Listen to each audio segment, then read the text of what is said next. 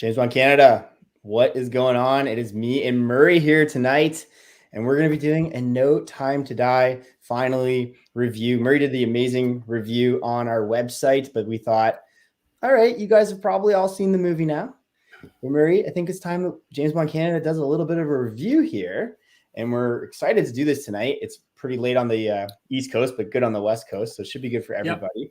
And if you're watching this second, hopefully you will enjoy. We're going to really discuss and dive into the film. If you're from Australia, you probably haven't seen the film yet, so do not watch this yet because we're deep diving into No Time to Die tonight. And also, if you just haven't seen it in general, North America, do yourself a favor, get to the theaters before it's out of the theaters, but it should be coming to video on demand very shortly too. So you might be able to watch it from the comfort of your home. And good evening, Murray. What is going on, sir? Hey, Jeff, how you doing? Hello, James Bond Canada fans, our supporters. We love you. Thanks for tuning in.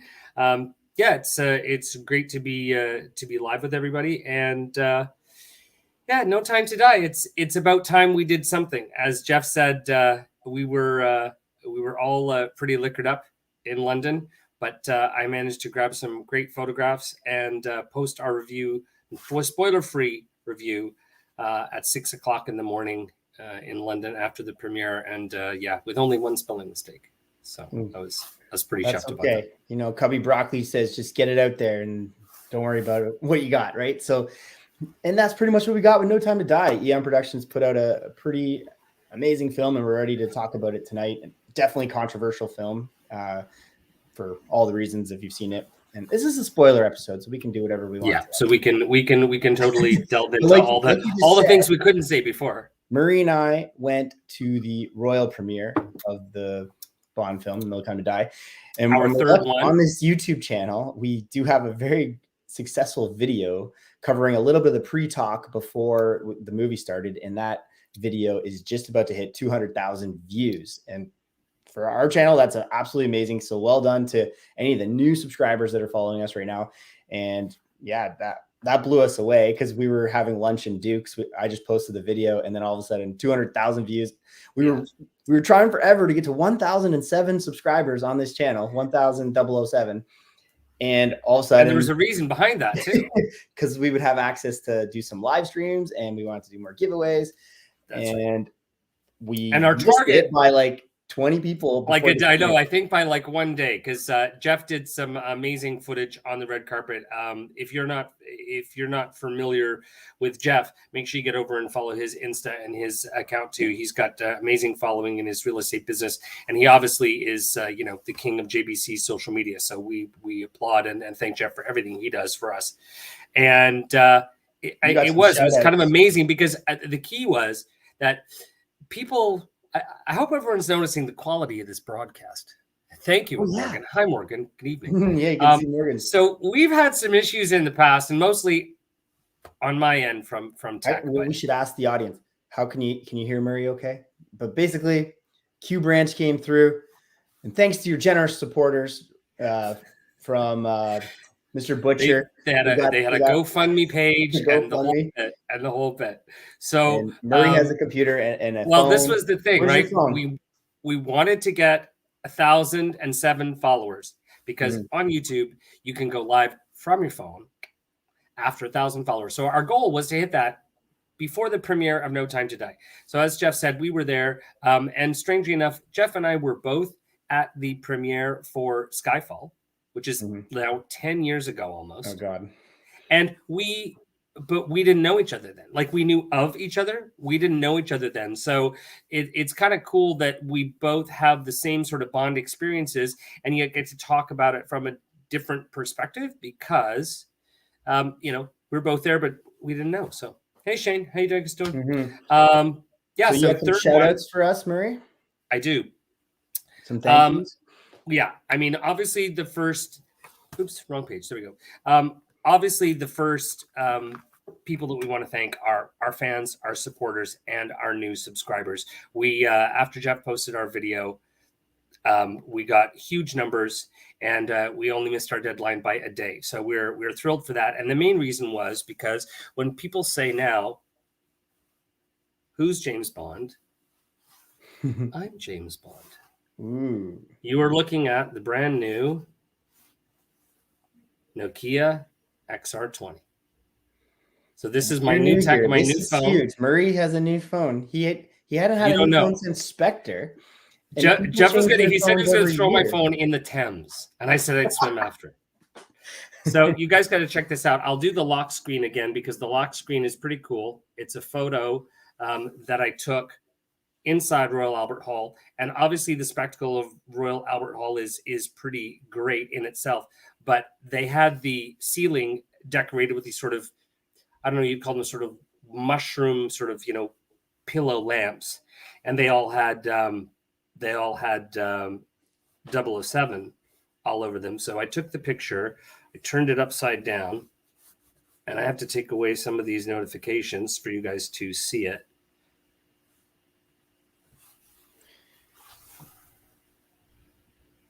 So those are the little, and it was really, really great. Some pictures of that also on our Instagram, I think. That's or right. At least So if you this is watch the old videos, you'll see it. So this is the brand new Nokia XR20. It's pretty much indestructible, Gorilla Glass on the front, huge screen, quite sturdy. Can they call Q by the They can touching Q's the button? on speed dial, and the back is a texturized military grade metal that's rubberized, so it's pretty indestructible. If you watch the videos online, there's a guy and he takes the phone and he just goes, chucks it like 20 feet in the air. It's like, I don't even have to look at it. That's pretty good.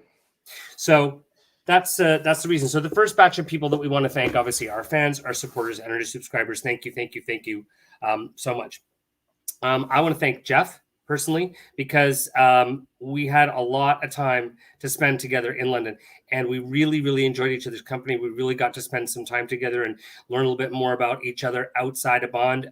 I think even my favorite day, other than the premiere, was fish and chips lunch in Carnaby Street with Jeff and just walking around shopping. And a couple of his friends were there, Mitt and Parasant. I want to thank them as well for getting us our rapid COVID test before we needed to go.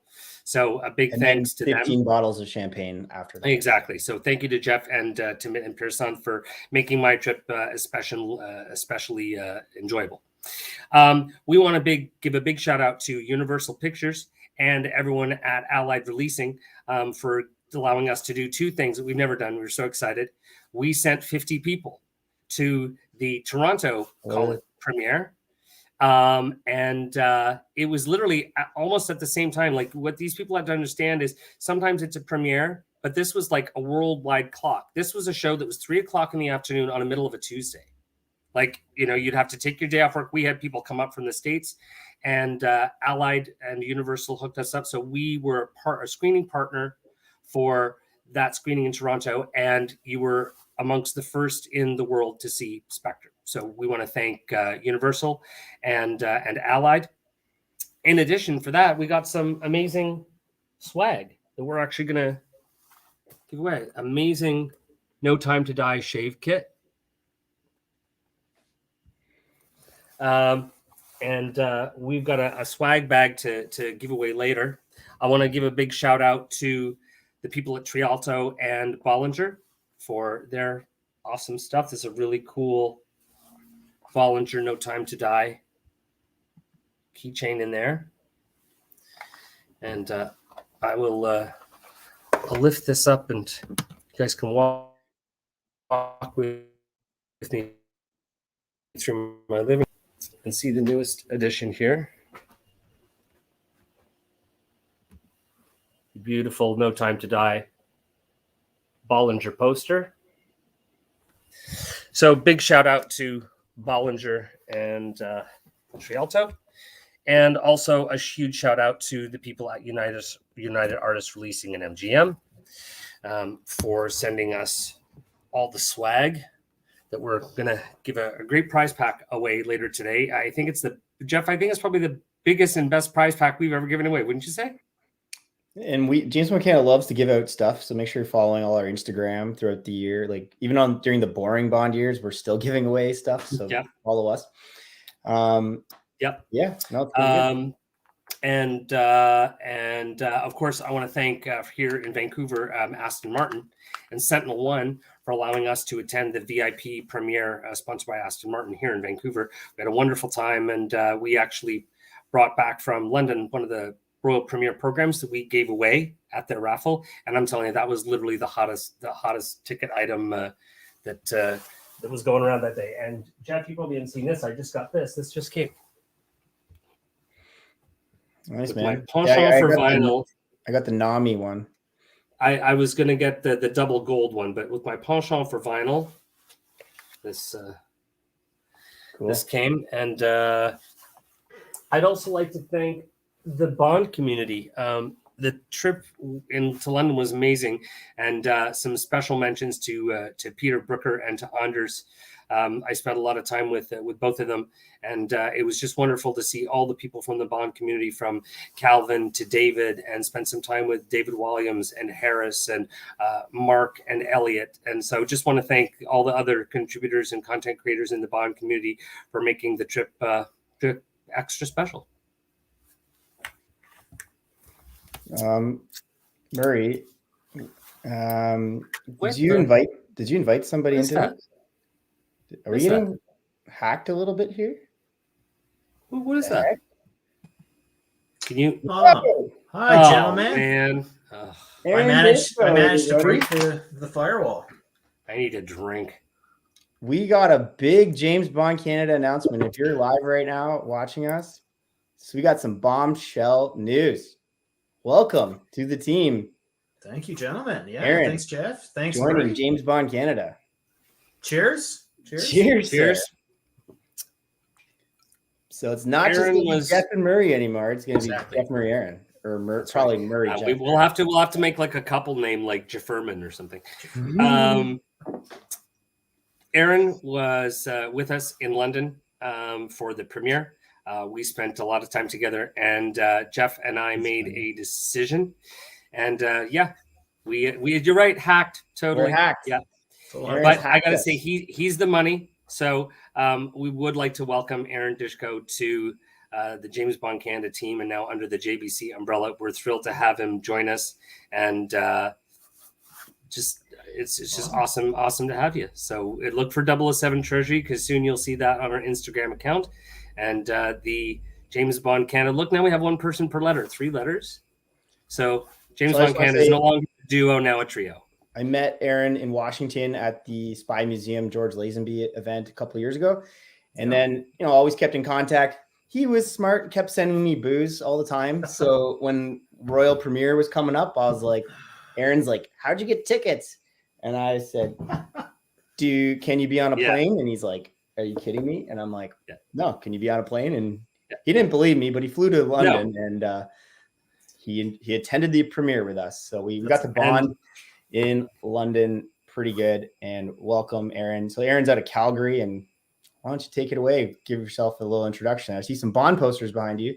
Yeah. Thanks, guys. Yeah. So name's Aaron. So I'm on Instagram as 007 Treasury. We kind of rebranded it because I'm an accountant by trade. So we figured we might as well go with that. So if you see me there, we kind of got it as I'm the money, right? So we're gonna play off that. While we were in London, I'm gonna be the one spending it. While we were in London, I was kind of the logistics coordinator, leading us around with the GPS, often getting us lost. So I'm gonna have to work on those. Except the morning I needed, and I'm not lying. These two were laughing at me because we're walking around shopping, and I'm like, we hadn't had lunch. I think they were still intravenously like living off the liquor from the night before, and I'm like, I need milk. They both looked at like, what? Like, yeah. So we made sure that got to a Waitrose. I got my milk, and he led me there, and then we went off to Michael Kors, where Jeff did a little shopping. Jeff did. I bought all Moneypenny's purses. So yeah. All right. We so had great salespeople too. What everyone's here tonight for is for Aaron's introduction, but also the No Time to Die review. And we're gonna kind of go through the movie piece by piece and spitball between the three of us what we think is good, bad, and ugly, and then also listen to any of the chat. If you guys want to chat in, we'll you probably give us some ideas to talk about here and there. But let's start off with the movie. We got gun barrel and a Norway sequence with Madeline, young Madeline. Obviously, turn this off if you've not seen the movie, but we're going deep diving tonight. Okay, so We are. what did you guys think of this newer gun barrel that they ended up doing? First viewing, I was probably so pumped at the Royal Albert Hall. Didn't even notice, but there was no blood. That's true. It just kind of fades right into that Safin walk as he's going towards the cabin. Some fans didn't love the music, other ones loved it. So that particular portion. But I felt that beyond the gun barrel, but the Norway part, I was like, what movie are we watching here? Almost forgetting that there was a gun barrel because, like, obviously I kind of knew what was going on. But if I was the public, I would be like, did I go to the right theater here? Is this a horror movie with like Safin trying to scare that shock of the audience when he's standing out there, right? So to me, I loved all that. At the Royal Albert Hall, if you guys can remember, I don't know why. We must have just been so ready to cheer for anything, but everyone cheered when young Madeline shot Safin. But I don't think and all my other screenings, I've seen it 5 times now, I think, nobody cheered during that part. Maybe we were just like, yeah, we already know this is the bad guy. I think it was startling of the gunshot, though. If you remember, the audio in Royal Albert Hall wasn't great, but when there was a large explosion, you heard that nice and clear. I think that alerted us. But that's the thing too. At the Royal Albert, one, we hadn't seen a Bond movie in forever, and 2, it's almost like a sporting event where everyone cheers, at least until the end. Well, personally, I think I'm going to delve a little deeper into that. Okay. I think part of the reason that people cheered is because, obviously, if you're a Bond fan, you've seen Spectre. We never really find out when Madeline is telling Bond the story on the train. Yeah. Anything more than a man came to my house to kill my father. He didn't know that I kept a 9mm under the sink he kept a 9 under the sink with the bleach. Does she say that she killed him? Do we know what happens? No. So I think at this, they were like, okay, because then we imagined more connection to that story. So when he got up and he's not wearing a vest and it's even more, but I think it's that visceral reaction of being in a movie theater for the first time with a crowd that's reacting to it. You'd get that in Ghostbusters. You'd get that I just saw Dune and there were a couple of those moments in Dune. So you're so right. It's almost like Robert or Wade and Neil Purvis rewatched the 4 Craigs before that, and maybe Cary Fukunaga did as well too. And we can take this line and we can take this line, and all of a sudden they have full plot pieces in No Time to Die, pretty much, right? Double O's and Argento. Argento 2665. I'm sorry, I forgot your name. He says Bond fades at the end, which foreshadows his death, hence the fading of the logo. But I think there's a lot of motifs in this movie that start off as somewhat subliminal, but make more sense as they go on and almost turn into you can now, once you see the whole perspective, you can go, okay, that was so strategically and delicately placed as kind of like a trail of M&Ms for E.T. or Reese's Pieces, whatever it was done well. It's interesting that you say E.T. at this moment, because some of the cinematography was actually, I read an article, was linked to E.T. There's a bunch of comparison shots that the actual cinematographer liked E.T. and then I'll have to find the article. Maybe I'll post it on James Bond Canada. But yeah, a little side one there. Okay. Yeah, cool. That's a good point. Ryan said, I noticed in Spectre, Madeline said at the Americain that when she was talking about when Bond corners Mr. White and he goes, who are you protecting, a wife? And he's like, oh, she left me long ago.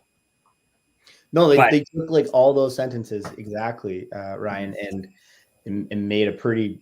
The plot kind of made sense more in No Time to Die than some of the Spectre things when they're like, it was me the whole time, James. It's really, you set up the card game and all this. And look sure, I'm so tech. Look at There's you. no echo. Perfect picture. Everyone I've can never hear done a live. And I'm commenting on my old phone. I haven't even used my new phone yet. See, I wanted everyone to see it. That's why we didn't go live tonight from my phone. But you're going to see a lot more content and stories from me now that I have a kick-ass new phone. All right, so he pulls young Madeline out of the ice there, and we go to adult Madeline swimming in the waters just outside of Matera, I guess, in the ocean there. So, or the Mediterranean Sea, I guess. And then they start driving in their Aston Martin, and they have all the time in the world. And we get into Matera. What's your thoughts on the first part of the Matera sequence? Well, I actually thought that was probably one of the best parts of the movie. I think the Matera scenes were well done. Quite enjoyed it. Murray, what are your thoughts? Do you like Murray? I think it was used we have all time in the world part, or do you think they should have come up with a new thing for No Time to Die? Well, this is the thing. I'm sort of surprised at my own nostalgia because I'm older, almost 20 years older than Jeff, at least 10 years older than Aaron. So, oh, hi, Dave. Oh my God, we were just talking about you earlier. Exactly. We were just talking about send me more rum because I'm running out. I don't know about you guys, but I have an affinity for the music, but I've never liked the Louis Armstrong song. I've just never liked it. It's too, like I can listen to him sing "What a Wonderful World." So I've never enjoyed that song. I really don't like it. I prefer the instrumental theme to Majesties. So hearing that and having to separate myself from what I'm watching and going, it's like, you know what? That's kind of sweet. It's kind of like it's throwback, but it's not contrived. Like you're going to get an emotional reaction from that music, attaching it to something new. But I don't think it was clickbait. Like, I don't think it was like meant to go, Bambi. Oh, I think it was meant to maybe change a few opinions. And I did. I was like, you know what? That actually fits really well here in this space. Because the first thing I thought of was literally, I don't know if I told you, the first thing I thought of was they're going to kill him. Because it literally reminded me of Tracy and Bond in Majesties. And they're trying to red herring that she's going to die. Exactly. That this time she drives off with the daughter, right? He lives. But at that moment at the beginning, they're trying to trick you, if you're a Bond fan, because everybody, even way before No Time to Die came out, it's like, Madeline's not going to make it past Matera. Yeah. Everyone was saying that. She's the one of 3 10-minute Bond girls. Okay. And then in the trailer, you're like, 10 minutes. It looks like she's pretty deep into this movie. You're like, what the heck? So, but I guess there's 2 things on that. One, all of us who's probably watching tonight, we know that song, but maybe the general audience that didn't remember Bonsoir, Mathieu. Thank you for joining us. There's 2 guys. I still can't believe that I still have not yet met Mathieu and Edgar, but who did we meet in London from James Bond Complex? Jason Kim. Yes, thank you. Yeah. Which I listened to his podcast on James Bond Complex. It was really well done too. So he's a pretty much expert on the Defenders and all that, and Chase. Oh, cool. Go listen to that. Listen to Matt's podcast. It's good. So, but that one was Edgar was doing that one. So, but I agree. The Matera sequences. I mean, the opening sequences in Norway, they were just, they were exceptional. They were, empty and barren and chilling and sinister and elegant and beautiful. But Matera, I mean, the sun, and I loved how they showed Matera at night and during the day, because sometimes you don't get that, right? You get do we get Cuba in the daytime in this one? No, just at night, right? So it has a different feel. And I thought everything, right through the action sequences, that everything that was shot there was marvelous. Cool. Then Matera goes to shit pretty much after the nice part of it, right? So, for me and in the Royal Albert, that explosion at the tomb, I guess we knew kind of something happened if you've been following some of the behind the scenes, but the way that the film did it really was like you're saying it before, Aaron, like those explosions were pretty loud. That was like boom, and then to have the Bond do the Archer thing where he can't freaking hear there for a second. I like that. I really liked that part. Yeah, I thought that was really good. I thought Daniel Craig did a really good job acting right there. Actually, in general, I left that whole movie thinking Daniel Craig, that was one of his best acting I've seen in almost all of his movies, not just James Bond. So it's like they actually gave him a script, because I swear in Inspector, he probably says like 6 words, Inspector. And then in this one, he's like, trying to go for best actor. Not that he'll win it per se, but Well, he's trying. It's funny that you see those sort of little moments, because like I definitely remember Daniel Craig from Tomb Raider. That was kind of like, but I definitely remember his presence in that scene in Elizabeth, because it literally was like, who else who gets like hardly a speaking role and like just gets this huge long shot that's at least 10-12 seconds long of just him, not saying anything, walking through, a sort of, English castle. So he definitely has a presence, and it's funny that after, if anyone hasn't watched it, check out that 45-minute documentary on Apple TV, Being James Bond. And hello to George Darlington if you're watching. Say that that's where she knew that she wanted him to be Bond.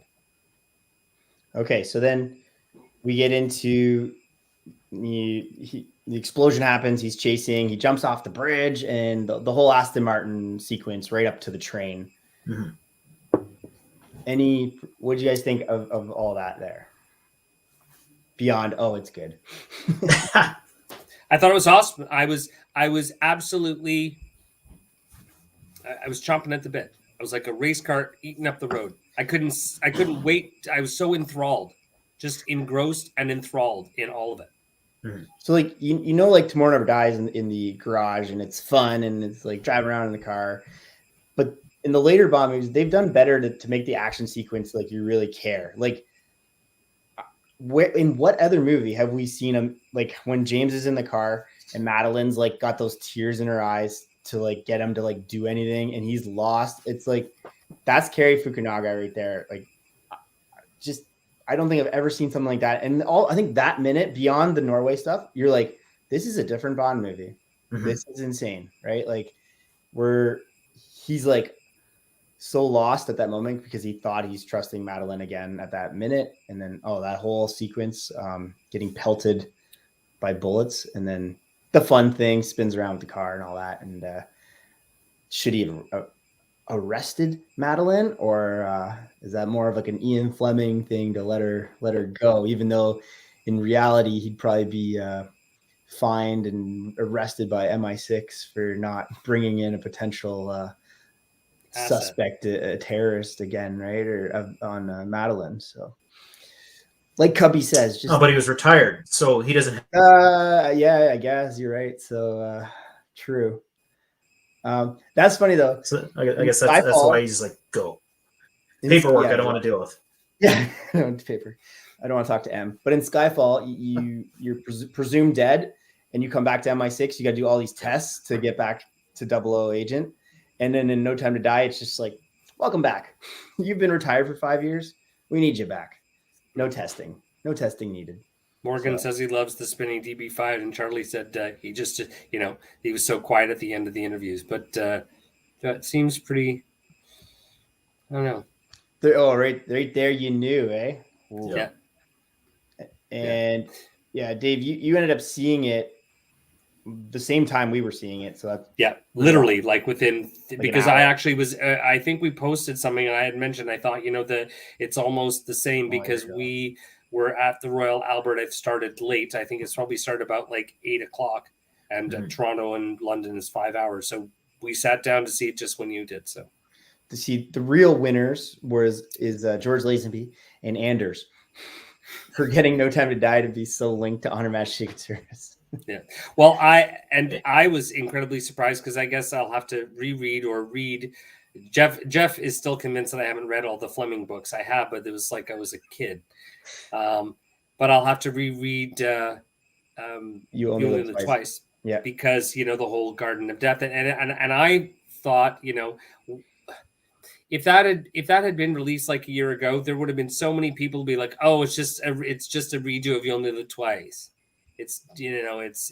So I think that it's, the delay helped the movie in some ways. Strange to say that now. What's strange about the delay, if you're talking about just like the COVID delay, so they planned to kill James Bond off. Like it felt like a very interesting way to do it post COVID right now. But like this whole thing was planned pre-COVID. Like it just, I don't know. So then what was their plan before the world was going to shut down for 2 years? You know, were they just going to stop in 2019 and call it a day? But think about this, right? They knew it was Craig's last movie. Yeah. So I think they had to capitalize maybe on the timing of Bond. And some other people have said, as many people know, Michael Wilson is getting on in years.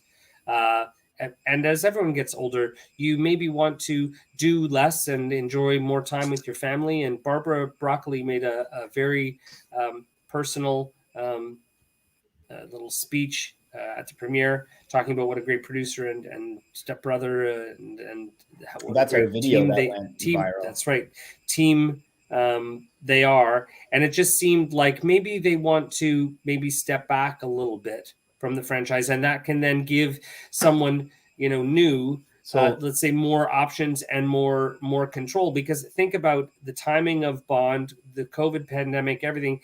They had to, they kept hyping this movie as everything has led to this. You've never seen anything like this. Well, if they didn't kill Bond, what else were they going to do?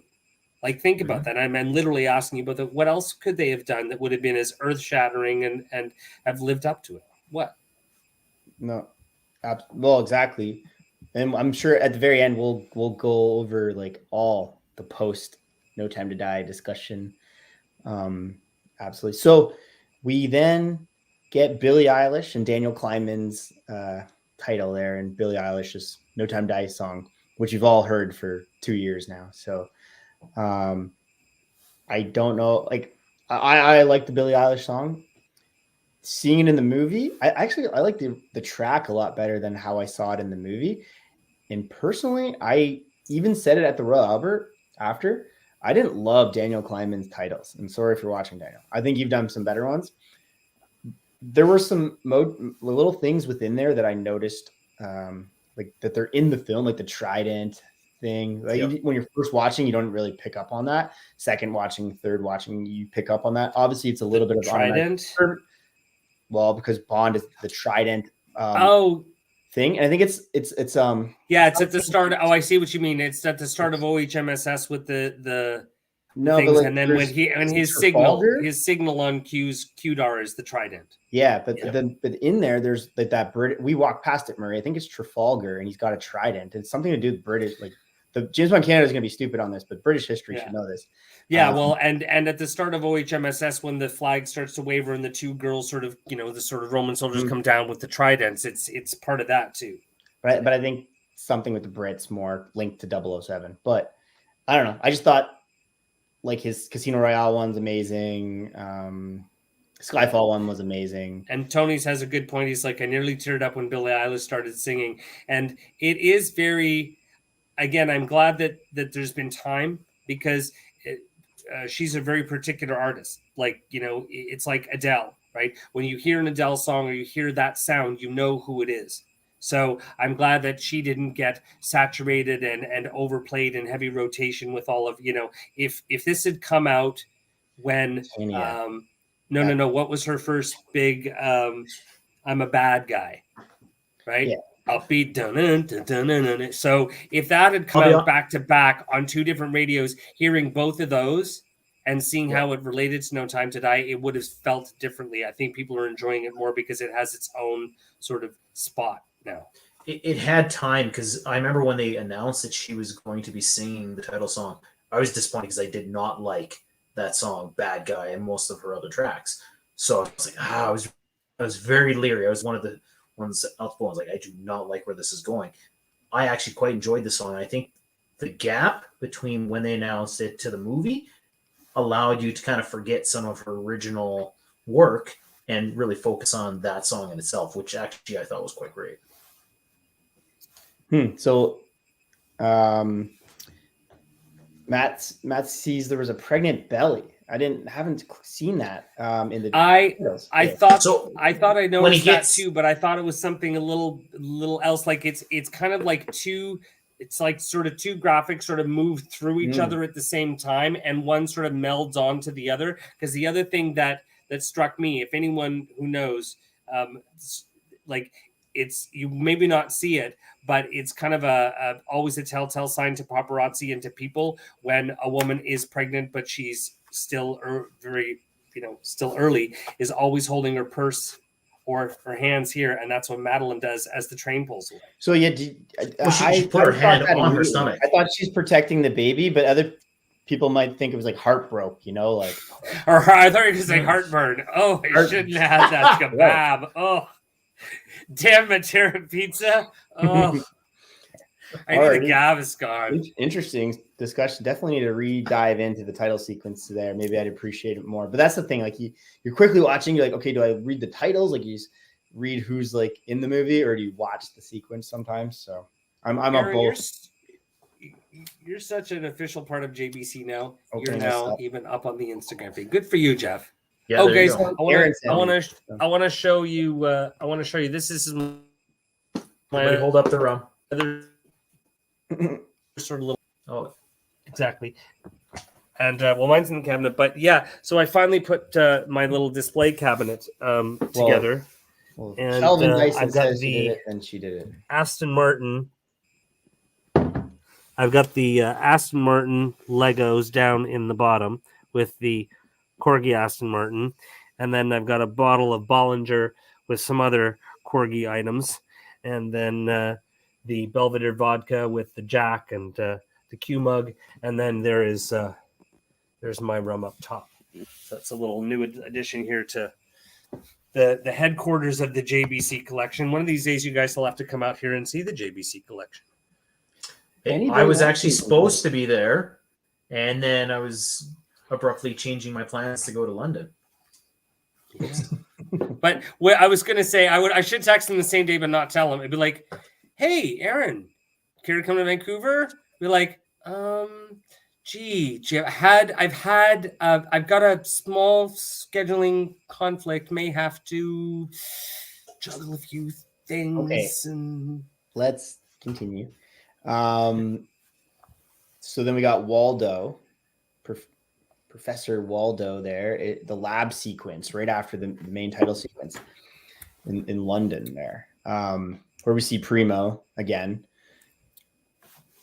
I thought he was hilarious. I had no idea that guy was in the movie for comic relief. I didn't know much about him. I saw the casting, but that's why I wondered why he was in there so long.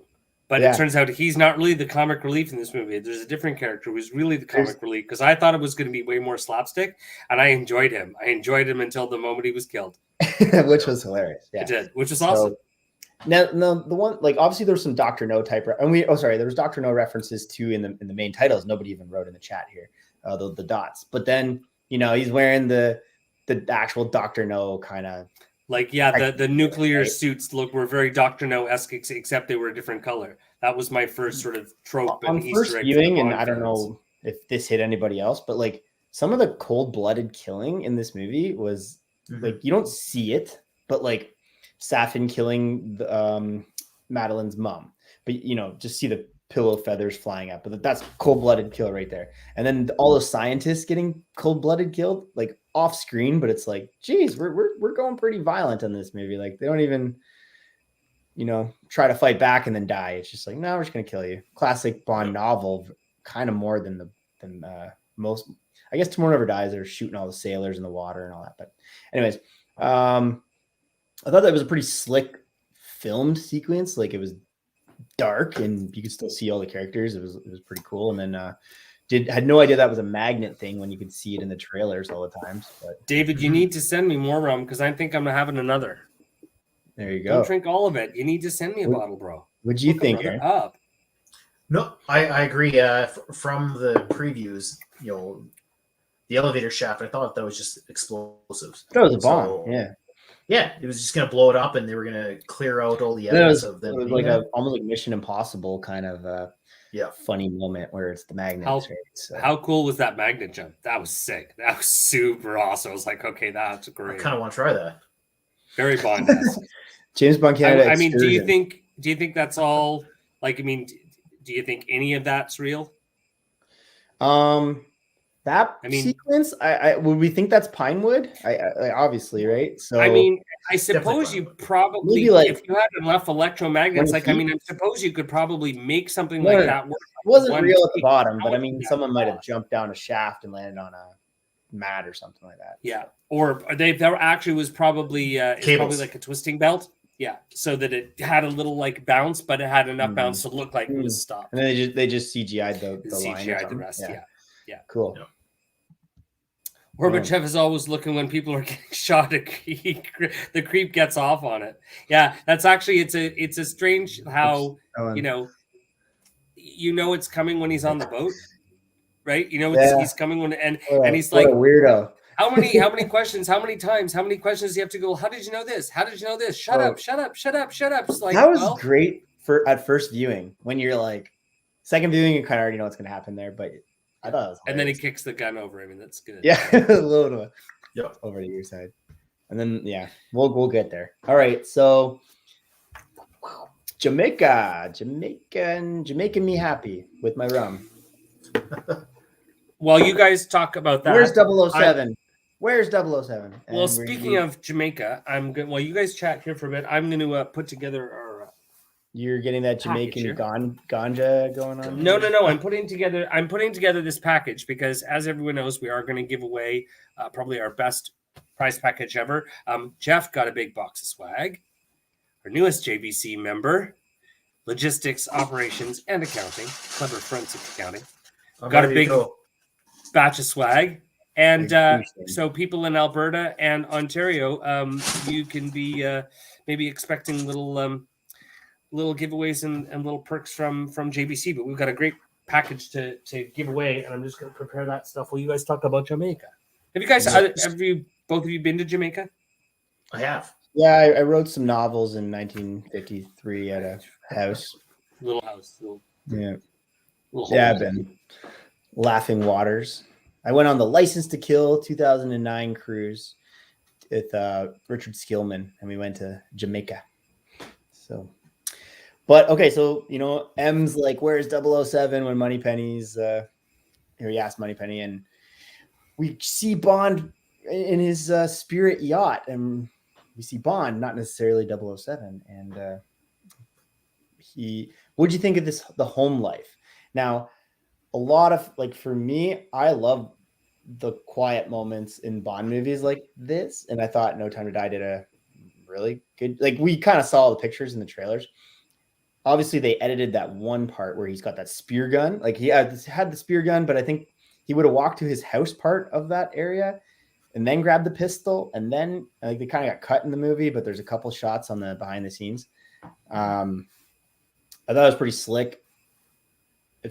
My wife, she didn't understand why they were showing him brushing his teeth in the first viewing until later. But I thought it was just a Fleming type moment on first viewing. I was like, oh, they're just showing his home life a little bit. And then I can keep going, Aaron, but so then we meet Logan Ash as well too, and Felix Leiter. But what did you think about the first little part there, Aaron? Well, I definitely love the home life. One of the things I guess we're going to get into is when they say it was like, "Where's 007?" First thought was anybody expecting anything different than what happened? Probably not anybody on this live stream, but possibly the public. I don't even know if the public, because that was quite publicized, right? I think a lot of people were anticipating.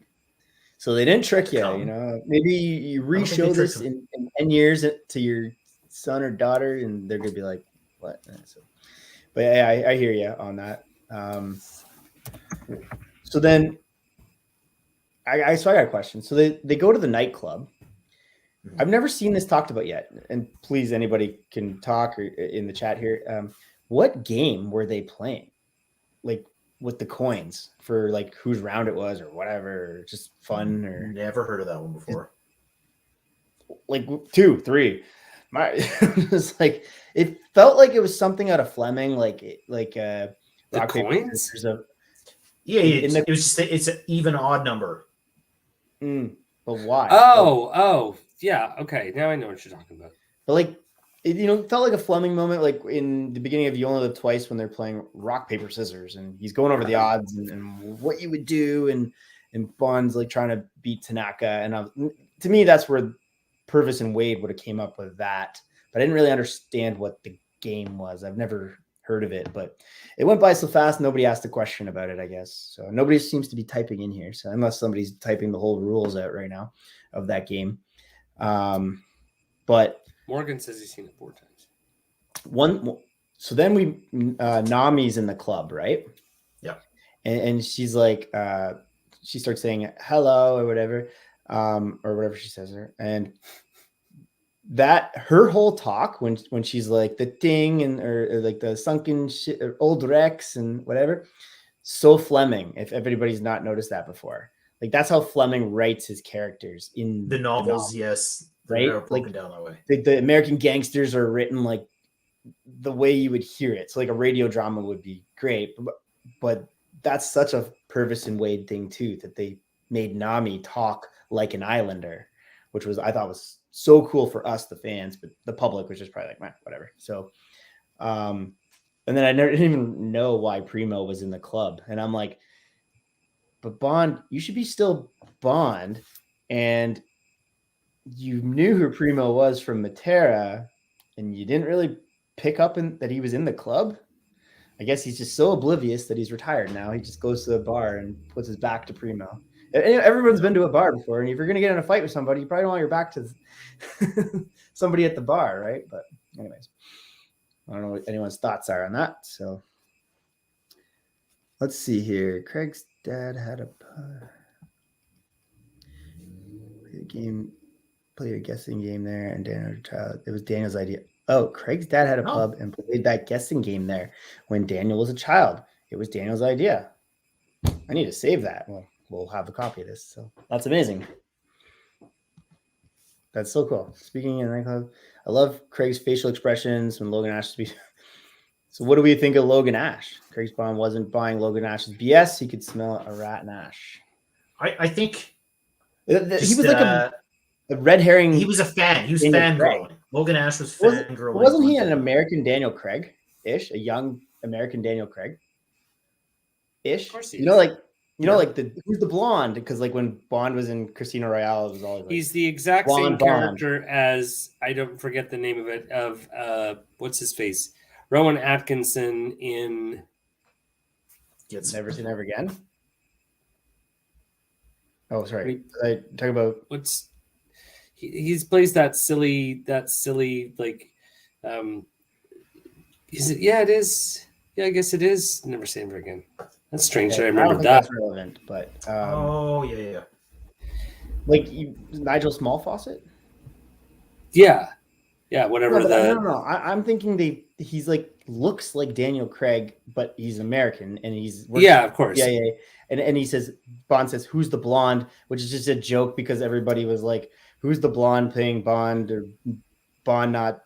Blonde, not Bond, and all the Daniel Craig not Bond.com and from that's what he had that Truman Lodge young fresh face. More exactly. Truman exactly. But I don't know why I thought of Rowan Atkinson, but I don't know where that comes from. So well, I what I mean because you reminded that is because he's that sort of that little like that tag along the always trying to please and the smiley face and wants everyone to like him and all of that, and that just gets he Never Say Never Again could have been so much more interesting if Nigel Smallfawcet was the real villain. That's right. And Largo was the red herring.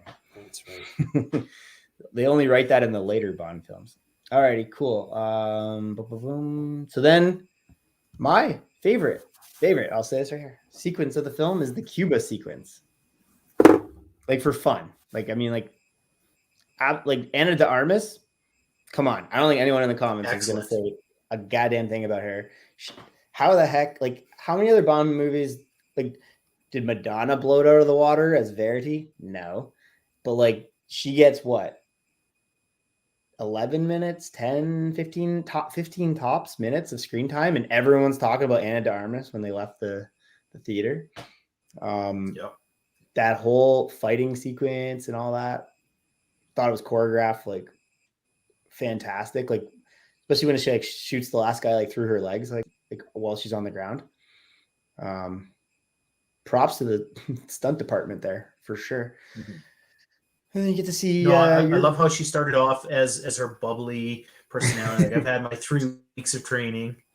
Yeah, exactly. And it's set the tone like, I'm not ready for this, but then you're ready for this. But it's all because to me she had a little bit of a Mary Goodnight quality. Okay, yeah. That and what I mean by that is kind of like, and then she was not airheaded, but just like, kind of believable. And she's like, okay, let's have a drink. Okay, and then she's like.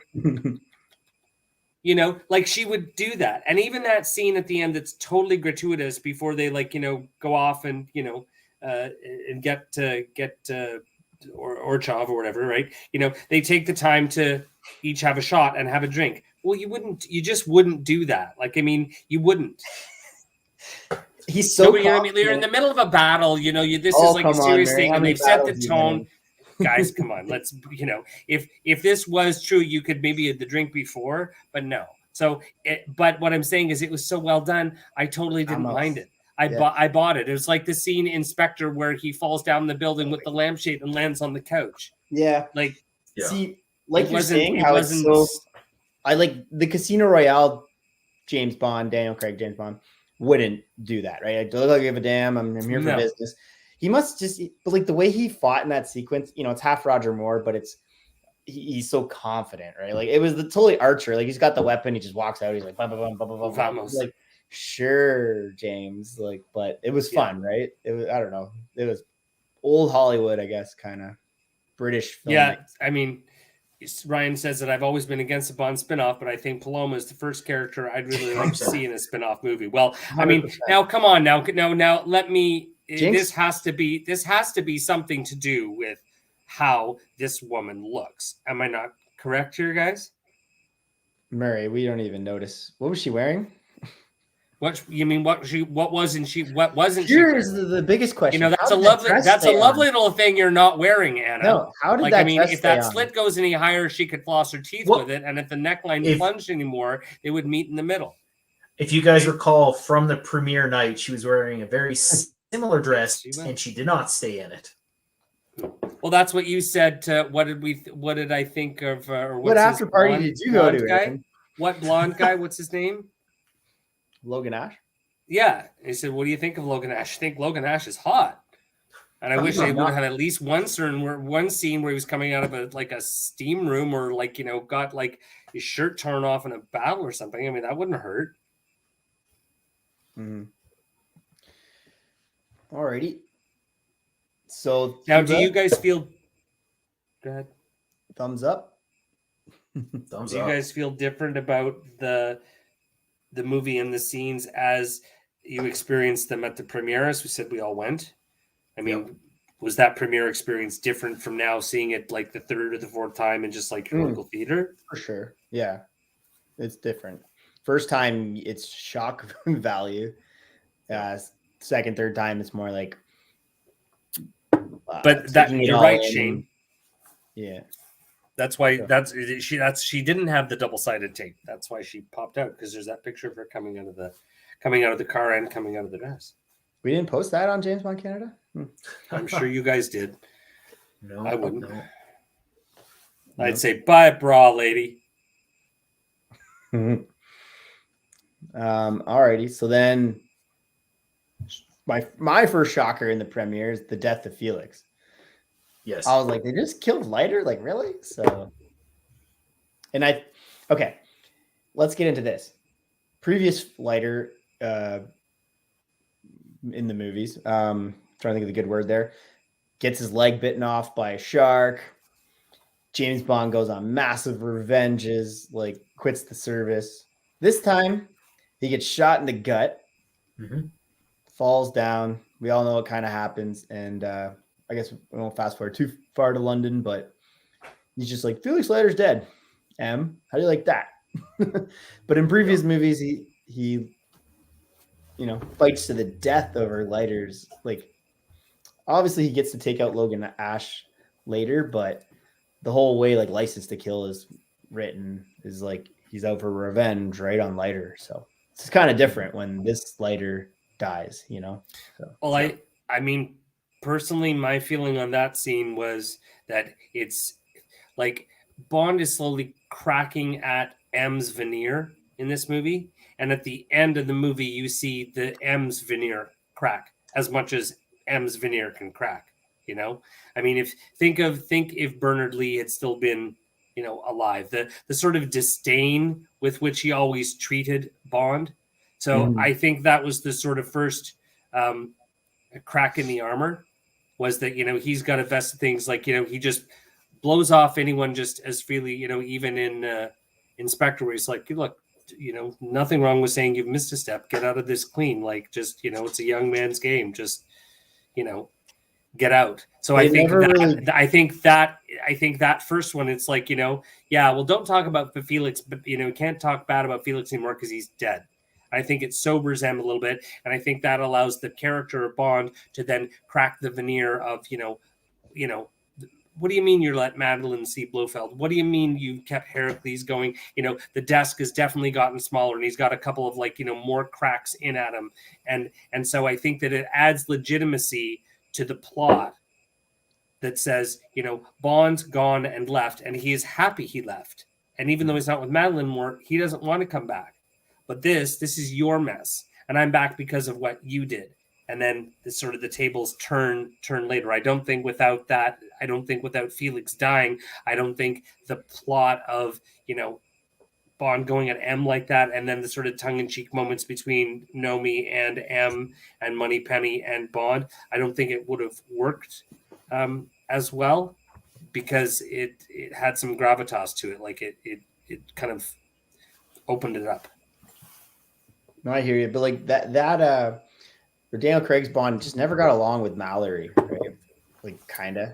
Yeah. Like, it did Inspector a bit towards the end. Yeah, near the end. Yeah.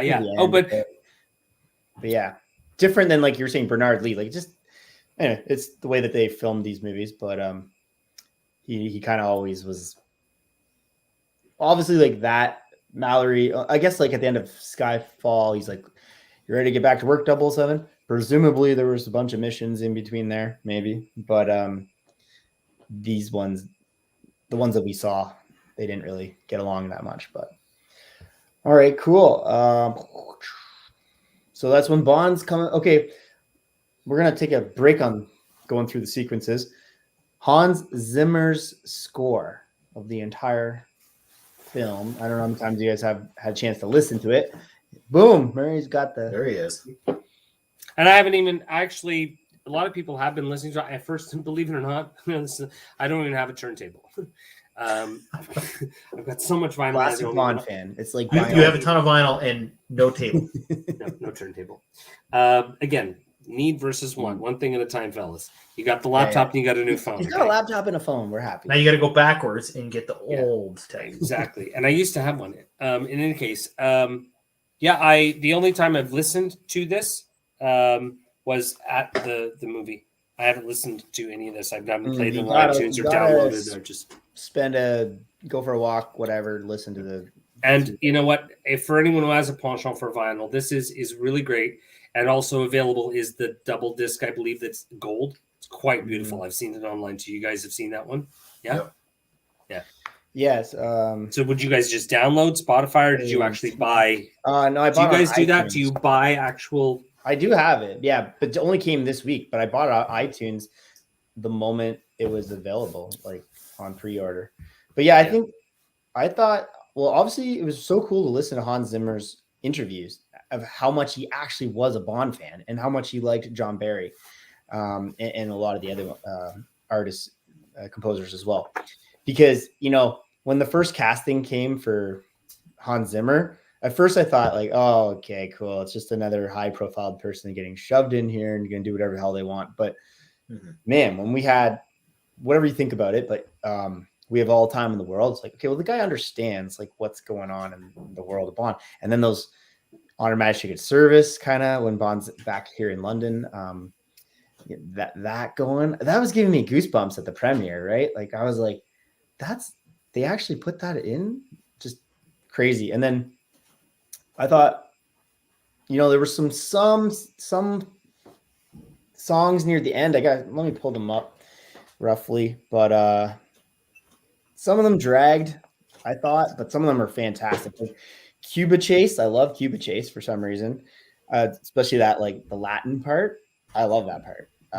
When Paloma's shooting back to MI6, fantastic. Actually, like Someone Was Here, which was the Jamaica one. That's pretty good. And then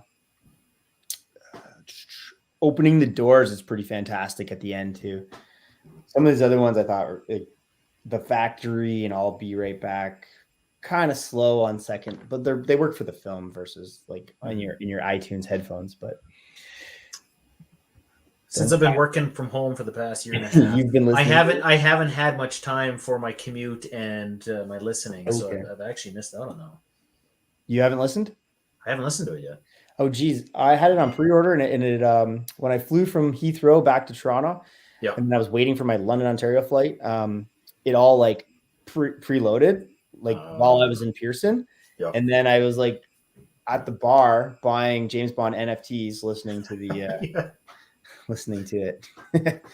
Yeah, Shane likes Matera. Matera is a fantastic one. I feel like we're all gonna put that in our cars and go for a drive with a nice Matera on a Sunday. So one of those. I will say, so prior to COVID, yeah, me and my wife were looking at booking our honeymoon in Italy, and we had already known about the Matera scenes. So I was trying to convince her, right, that we should do Matera. Right, we got to go to Matera. Sadly, we did not get to go to Italy, so that's still on the list. Well, they were the first ones to get hit, so they were probably like, oh shit. Yeah. But yeah, no, I think Matera should be pretty easy to get to. Probably fly in anywhere and take the train there. You're probably there in 2 minutes. So. I don't know, probably like even Rome and then probably one or two trains. I don't know. I got to get Martin's book still, the On the Tracks of 007, Italy one. So yeah, cool. Yeah, but yeah, nice try, Aaron. But always make your honeymoon something to do with Bond. Come on. Yeah. Well, I mean, we were talking about. I did have a few other stops on the honeymoon that were Bond related.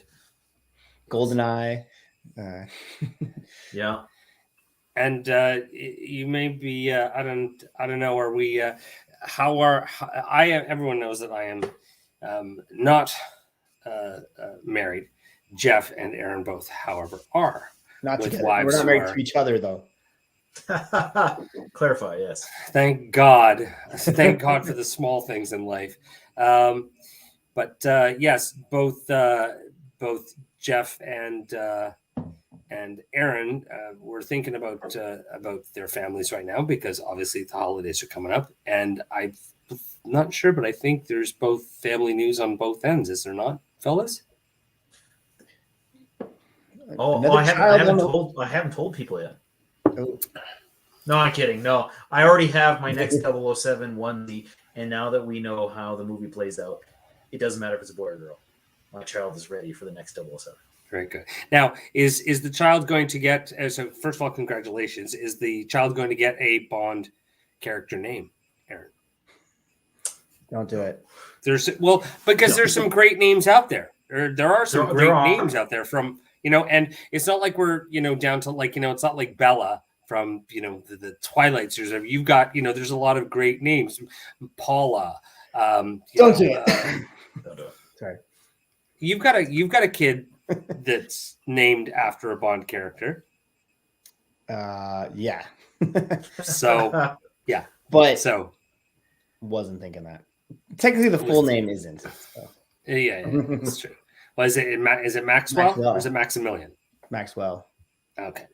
And the news is for all the personal Bond fans listening, another child's on the way to my home this March. So I've got two expectant dads. So if you see me like drowning my sorrows in a Merlot, you'll know why. And if you don't see them in the spring and just me, you'll know why. I plan on adopting a Romanian baby sometime soon, just so I can be part of the club. So this is the other vinyl that Oh yeah, I can't I think I have play. that too. And this one was on the limited edition ice blue, very Norway Well, vinyl. well, that's cool. Well, you're showing that. I will say, No Time to Die hits you a lot harder as well, I'm a young father with young kids, right? So Oh, big just time. my wife watched it with me. She bawled from the pretty much the moment Matilda shows up, especially when like they're racing with her and throwing her in the back of the car. Like, Matt I McClary think a says you're mother going would for the hat too, trick, you Jeff. know? And then the whole end, like everyone like Safin rips her away, and we'll get to there. But I mean, yeah, it was so emotional of a movie for my wife, and even all of us. Like even when we were watching it first time, and then definitely like second time, it's like holy shit! Like I don't know, it hits me hard as a father seeing like a little girl like that. But yeah. Aaron, Morgan, yes, who Jeff, you had a chance to meet recently in yeah, Toronto. Morgan and I shared some champagne at the Royal York. Yeah, he's asking if the pictures behind you of Spy, You Only Live Twice, and Thunderball are your I actually just favorite responded Bond movies. So what? So whoa, wife... hold on, hold on a second. You just what now? Whoa, he's going rogue here. Look at him. Ho! I brought you into this world, Aaron. You know, if you join Murray, there's like take 7,000 Spectre rules you got to follow. Okay, sorry, Matt. See, Jeff actually pointed out to me because I wore this jacket in London, and a lot of people commented on it. We didn't talk about this. Yeah, it's just a patch, but there's another logo from a company I used to work for underneath, and I got many compliments on the jacket, and it is a really good quality jacket especially for weather in Vancouver. And Jeff pointed out to me something that I missed in the Cuba scene, that during the Blofeld meeting on the floor, I believe you see the new Spectre logo, but think of like Cuba with all the embargoes, the old cars, and everything, and that on the ceiling in this sort of old falling down decrepit club is the old Spectre logo. So it's really brought this back. And I was so upset, and I'm sorry to say, but I'm going to tell you all the truth. I went to the Vancouver VIP premiere sponsored by Aston Martin and Sentinel One, and it was a Wednesday night. I got back from London on Sunday evening. The flight was delayed, and so 7 p.m. feels like 4 o'clock in the morning. I worked Monday, Tuesday, and Wednesday. By the time I got to the theater Wednesday night, I actually fell asleep for about 20 minutes, and I missed the part that I wanted to see because I wanted to see that Spectre logo on the ceiling. So I'm actually now reading this answer from our newest member. I can't believe you can comment already. Where's my tech chops been? I can't believe it. Yeah. Well, he's just logged on to YouTube on the side. So. Oh, Azzy. And did we give him access to that now? Everything no. too. He's logged on everything? as Aaron. Yeah, he has a YouTube. Oh, I see.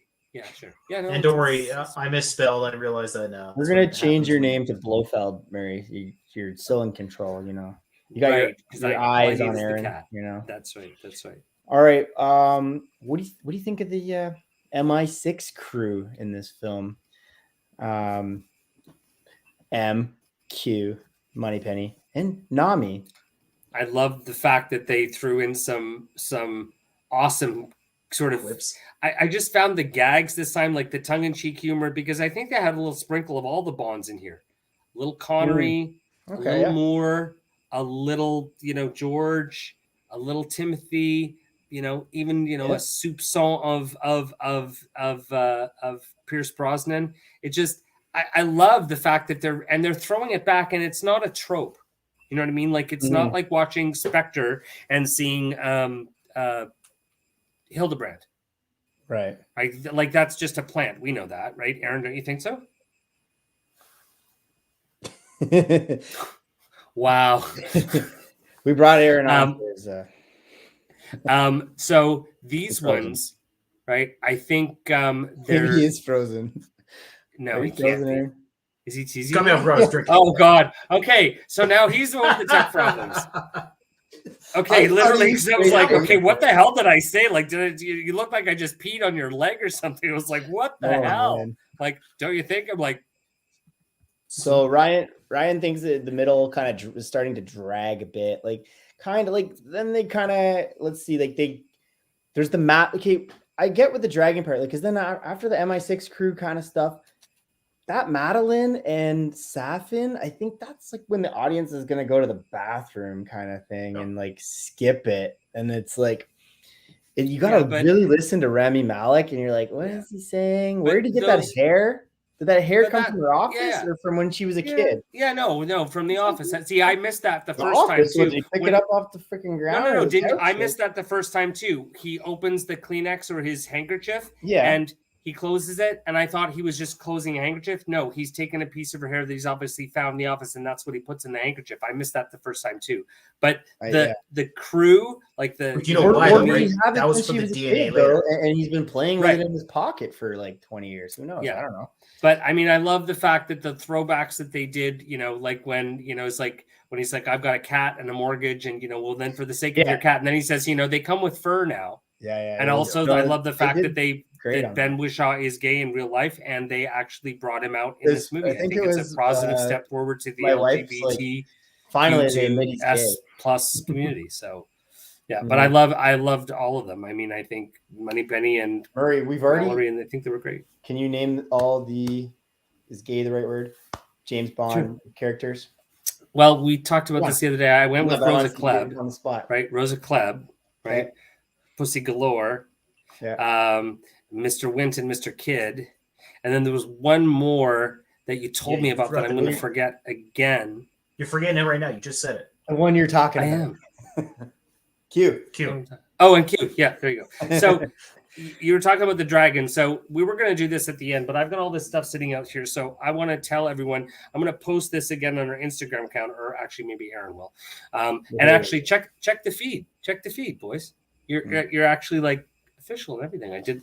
Look at me with my tech. My old phone. So we've got an amazing prize pack to give away. Thank you to Allied and to Universal and the people at MGM Unite Artists Releasing. Thank you especially to Paula and to Jillian Smith Chang and Seth and just everyone there who, you know, it's amazing to be a part of the global James Bond community, because we ask for swag and ask and you shall receive. So Aaron's going to be giving out some stuff in Calgary. Jeff in London and surrounding areas. So this is our prize pack. Now, I posted a story yesterday in my cabinet, and when one of the first Bond trailers came out with the Jamaicas and the Cuba scenes, they had the club scene in Jamaica, and there was a song playing in the background. And I really loved that song, but I couldn't place it. I figured out what it was, and I put it on my video. And if anyone knows, it is and Morgan, actually, I just sent Morgan some swag as well. So we're glad that everyone gets a little piece. So the song is called Friction by Imagine Dragons. And it made me think of the dragon. Now, there may be more, but here's the question that we're going to post on Instagram. And I want you to name the 3 James Bond movies where they reference a dragon. 3 James Bond movies where they reference a dragon. Okay. And funny enough, that one of the movies is actually the letters of dragon actually spell out one of the titles of one of the movies and is the first one on the list. So there are 3, and you post your answer with your best own little. Wait, where do they post it? On our Instagram. I'm gonna I'll probably post it tomorrow. I'll post it on Instagram, or one of you guys can write it up as I know one of you can text as I talk. Okay. So what do you want to know? The question first, or do you want to see the prize package? What do you think, guys? I think you want to see the prize package. Sweet. You get an awesome No Time to Die tote bag. And this thing is actually really big, really sturdy, and it's a canvas. Look at that. And Aaron has a whole bunch of them. Jeff has a whole bunch of them, so they're going to be giving some of those out too. But this is the package we're going to go in. Look at that. Look, so many bags. No time to bag. We're on a first name basis with Canada Post. Yeah, I am anyway. So the No Time to Die tote bag. I got a beef with Canada Post. That's all I got to say. The No Time to Die baseball hat. This is really great, guys, because it actually is not one of the plastic snaps. It is actually super comfortable. I've given it away to a couple of people here in Vancouver who went and saw the premiere, and it is very understatedly stitched with the No Time to Die logo. Look at that. Jeff, where's all your swag? I mean, I send you so much stuff. Are we just showing the I exact do. same things? No, I'm just kidding. Here, look, guys, I have a hat. It's a hat. It says "No Time to Die" on it. It's a hat. You guys are always accusing me of not being fun, and I have a drink. I'm just and being the suddenly I'm Vanna bad White. guy. Yeah. Why don't you? Yeah, why don't you keep? Yeah, just turn the letters, Vanna. You're not paid to talk. Where's the other? Oh yeah, these are actually really great, and here's a whole bunch of them. I've actually stuck this. This is the No Time to Die card holder. Yeah, 9,000 of these. I can't believe how many of these we have. Not just for your phone. I have this many. But he got just as many. So honestly, guys, the purposes for these really great because I gave a couple to my friend, and he stuck it to his like recyclable like grocery bag, and he's put his like Shoppers Optimum points card in it. So that whenever you go shopping, whatever, like these, I mean, people think these are kind of like, what am I going to do this? So, but it does actually really go well on the phone. I was even thinking of attaching it and putting it on my Nokia at the bottom, but it might cover that up. But I think I can maybe get it low enough. And it's great for a transit card for sure, or just a debit card or a piece of ID. And I actually keep mine. You're so welcome, Morgan. I'm so happy you like it. And I actually even sent the guys some awesome Swatch stickers that we got at the Swatch store when we were in London. Those are really cool. Just put that on your laptop or whatever. But I use mine by my laundry room door, and I keep the key to my garage in it. So I always know where it is, and even if someone's visiting, it's always in this pouch. So you're gonna get one of those. Plus, you're gonna get this really cool piece. This is the No Time to Die travel mug. All the traveling you'll be doing post. Exactly. And the two great things is number one, it's branded on the cup itself. And this is a rubber piece that you can reuse. If you have your own coffee mug, you can keep it with you as the to keep your hands cold or warm. And it is branded with the No Time to Die on there as well. So that's pretty cool. And then finally, which I think is the best one, is this is the No Time to Die leather card holder. Embossed with the No Time to Die. And this is really good quality and soft quality leather. So one tote bag, one baseball hat, one card holder, one travel mug, and one awesome No Time to Die leather card holder. So I'll post the question again on Instagram tomorrow, but start thinking about your answers. So the song Friction from Imagine Dragons, which is what I posted on our story, check that out. And I want you to give me the 3 movies where they reference a dragon in the James Bond franchise. 3 of them. One of them, the word dragon, is actually one of the movies. So there's your first hint, and I think it's going to be. And some people might know already, and if you do, great. We don't mind if you post the answer, share. But remember, the winner will get the prize package, and it's going to be whoever gets 3 correct answers, and also add something original to their own answer as to how they relate or just something interesting. And we'll pick the best and most interesting answer. As a matter of fact, and I'll step back, and I'm going to let Jeff and Aaron pick the answer and pick the winner. Awesome. All right, sir. We got a few winners to go anyways. There's quite a bit of swag. Yeah. You're all winners. And they both got posters. No Time to Die posters. Which, Murray, I still haven't tried to break the tube. They're in there so tight. Yeah, no, listen, Aaron's tube was even tighter. Oh. Wait a minute. I think there's a few. I will add a few of these into a few of the swag bags too. Nice, buddy. Even Aaron's giving away. All right. Soon we'll have to get members in Saskatchewan, Manitoba, and eventually make that it would be cool. Across that would actually be really kind of cool, right? And territory. Oh shit, we'd have people everywhere. That'd be cool. Actually, maybe there could be multiple in Ontario since we kind of rule the country. Whoa. Aaron, you've just been promoted from operations and logistics and accounting to associate editor. Jeff, can I see you privately in our chat room? All right, so we get into. Let's go back to some of the review here. Yes, Bond and Blofeld scenes and seeing Madeline and all that jazz there. Mhm. First time I saw it, okay, awesome. Third, fourth, fifth times you kind of see it, you're like that, because like it was written up earlier. Somebody's like, the middle of the movie starts to drag a bit. Like Ryan was saying here, you know, this part, you back here to drink, no problem. I agree. Like the first part is like Norway, Matera, Cuba, Jamaica, Cuba.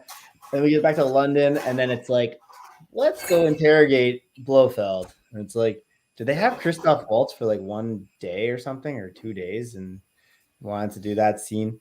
Now, the Blofeld is Ian Fleming, right? From You Only Live Twice.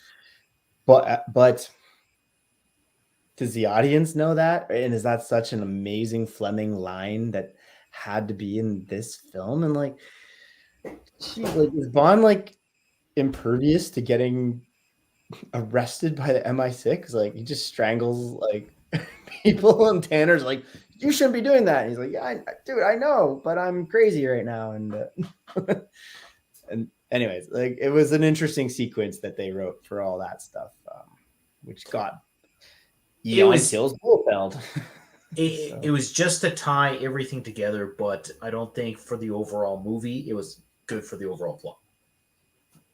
That's a really good way to put it. Yeah, it was some kind of a band-aid or some kind of a loose end killer just to get rid of Blofeld for 20 minutes. Because he was the one outstanding, actually, and on that, so he was the one outstanding member of Spectre left.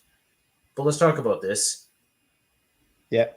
Lucifer was hunting them since he was a child, or since he was much younger, right? Mm-hmm. Why has he never come up in any of the previous storyline before, right? He just bided his time, and then all of a sudden came out of nowhere. Well, it's kind of like on your first viewing, you don't pick that up, and then on your fifth, you can tear apart this movie, right? But fair point. Fair point. Like same thing with Spectre. It's like in the movie Spectre, where he's like, it was me, James, the whole time. You're like, really? Like I don't think Raul Silva. But now, so many anything about you. But okay, sure. So many people were so left wanting after Spectre with the introduction of Blofeld, right? Like thought it was so weak, and like I mean, yes, I didn't think it was done the best. Like they could have really, like it could have been. It wouldn't have been that 60s, like sort of chair moment when he finally turns around. The twice Mr. Bond. Like it wouldn't have been that forceful. But I did like the subtlety of him like waking up and seeing the salamander on the window, and then you don't see Blofeld, you see the cat. And I remember vividly because I was watching the press screening at the headquarters of Sony Pictures in London with Morton from Denmark and Marcos from James Bond Brazil. And I grabbed Marcos's hand. Like I was like, oh my God, it's Blofeld. So a lot of people commented too after Heracles. It said, it's a good thing you're not related. So it's like they recognized their own mistake, and Q gave again another believable wrap apart. I think that's what I really discovered most now after seeing it 5 times. Despite suspension of disbelief, I found none of it to be terribly contrived. I found it all believable. And it was all due to the acting, the ensemble cast, the script, the score. I think we've used the term already. No Time to Die is a masterpiece. It's a masterpiece. We definitely left the theater first viewing feeling that way. But with Blofeld, with Christoph Waltz, I think everybody said this before on multiple chats and videos. But we all think he's supposed to be Inglourious Bastards and version of Blofeld, and clearly somehow Eon didn't write him that way. Don't know why. They should all empty. David Humphrey, this bottle is officially empty, so hook a brother up.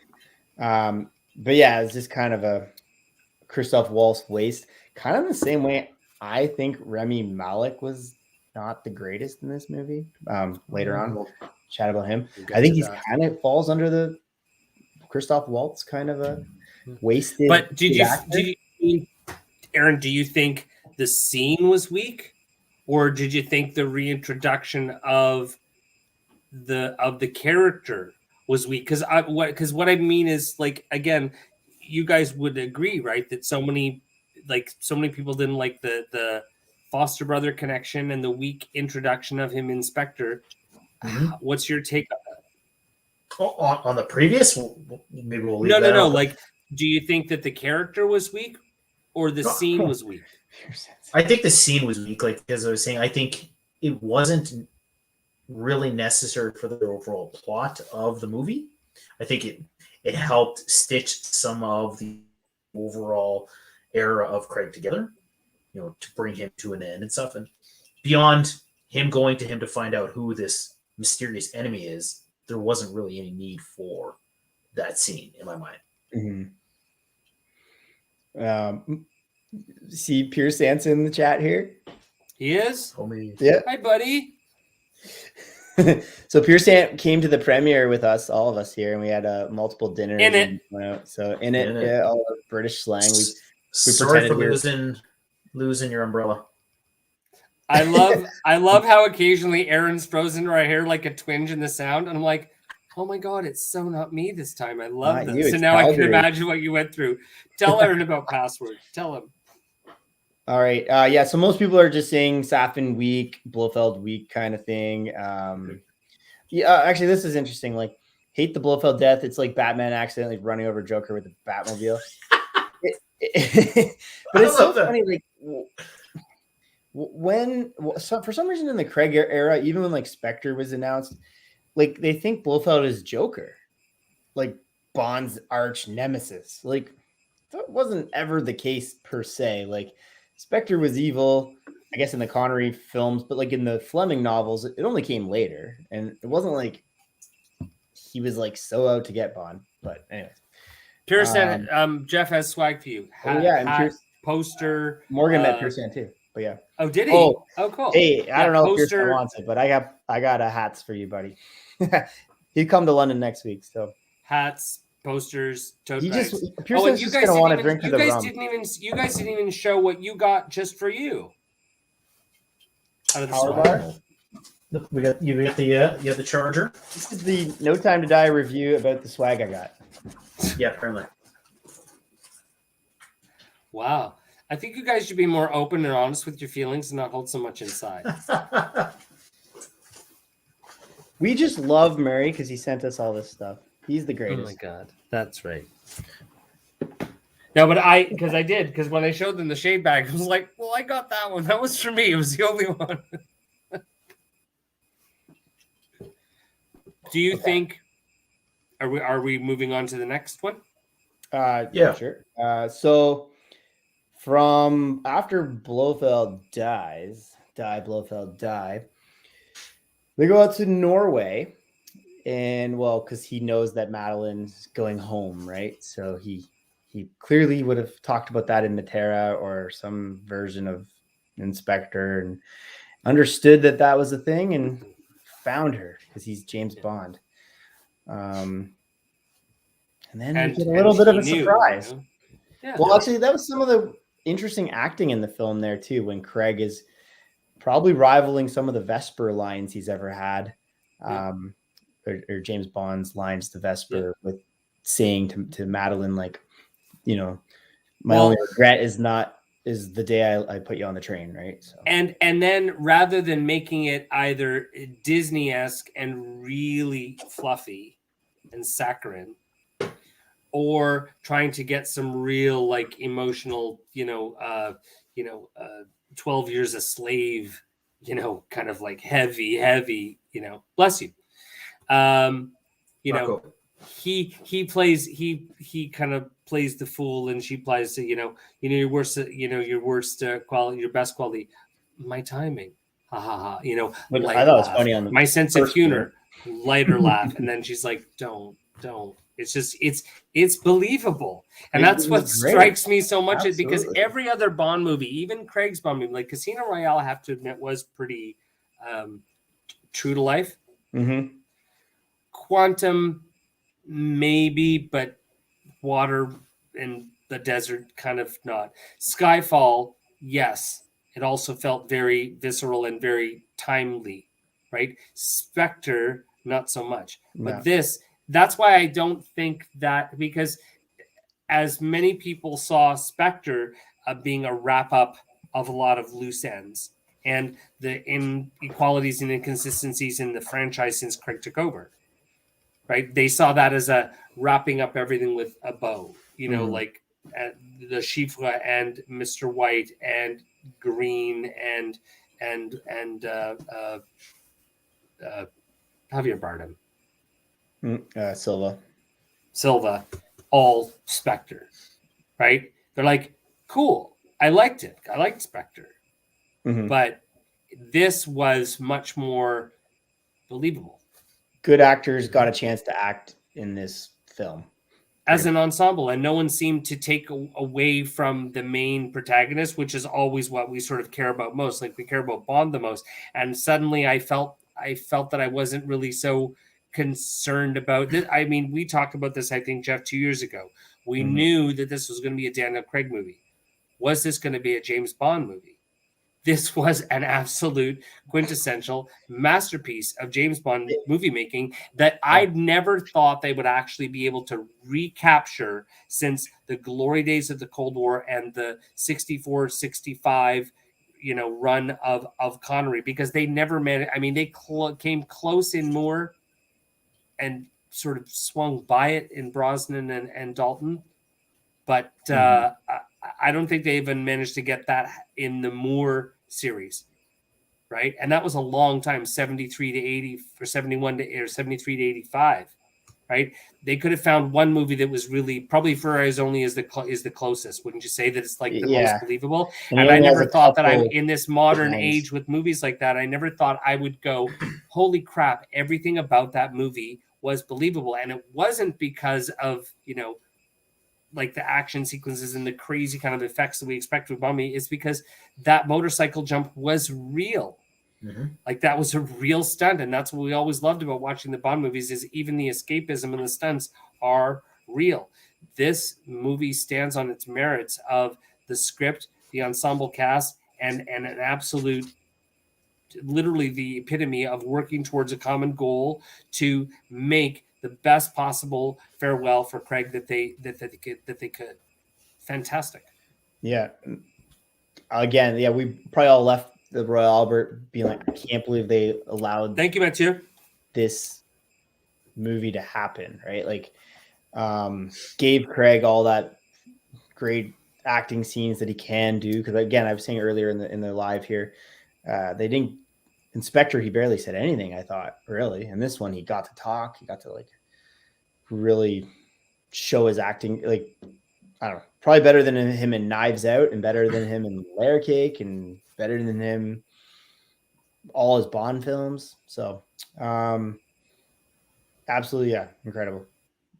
You know what? Morgan just messaged me. Good for you, Morgan. You are right. Morgan's already messaged me, so he is hot on the trail. He's already got swag, and he wants. Does he get a second bag? I was gonna say, the James Bond community, you people, y'all know. Like, I've been doing this for a long, long time. I was thinking about the anniversary of our website, and by the way, our website is getting a little bit of a, I wouldn't say a refresh, but we're gonna post a new public picture for your mobile and on your laptop. Look at it.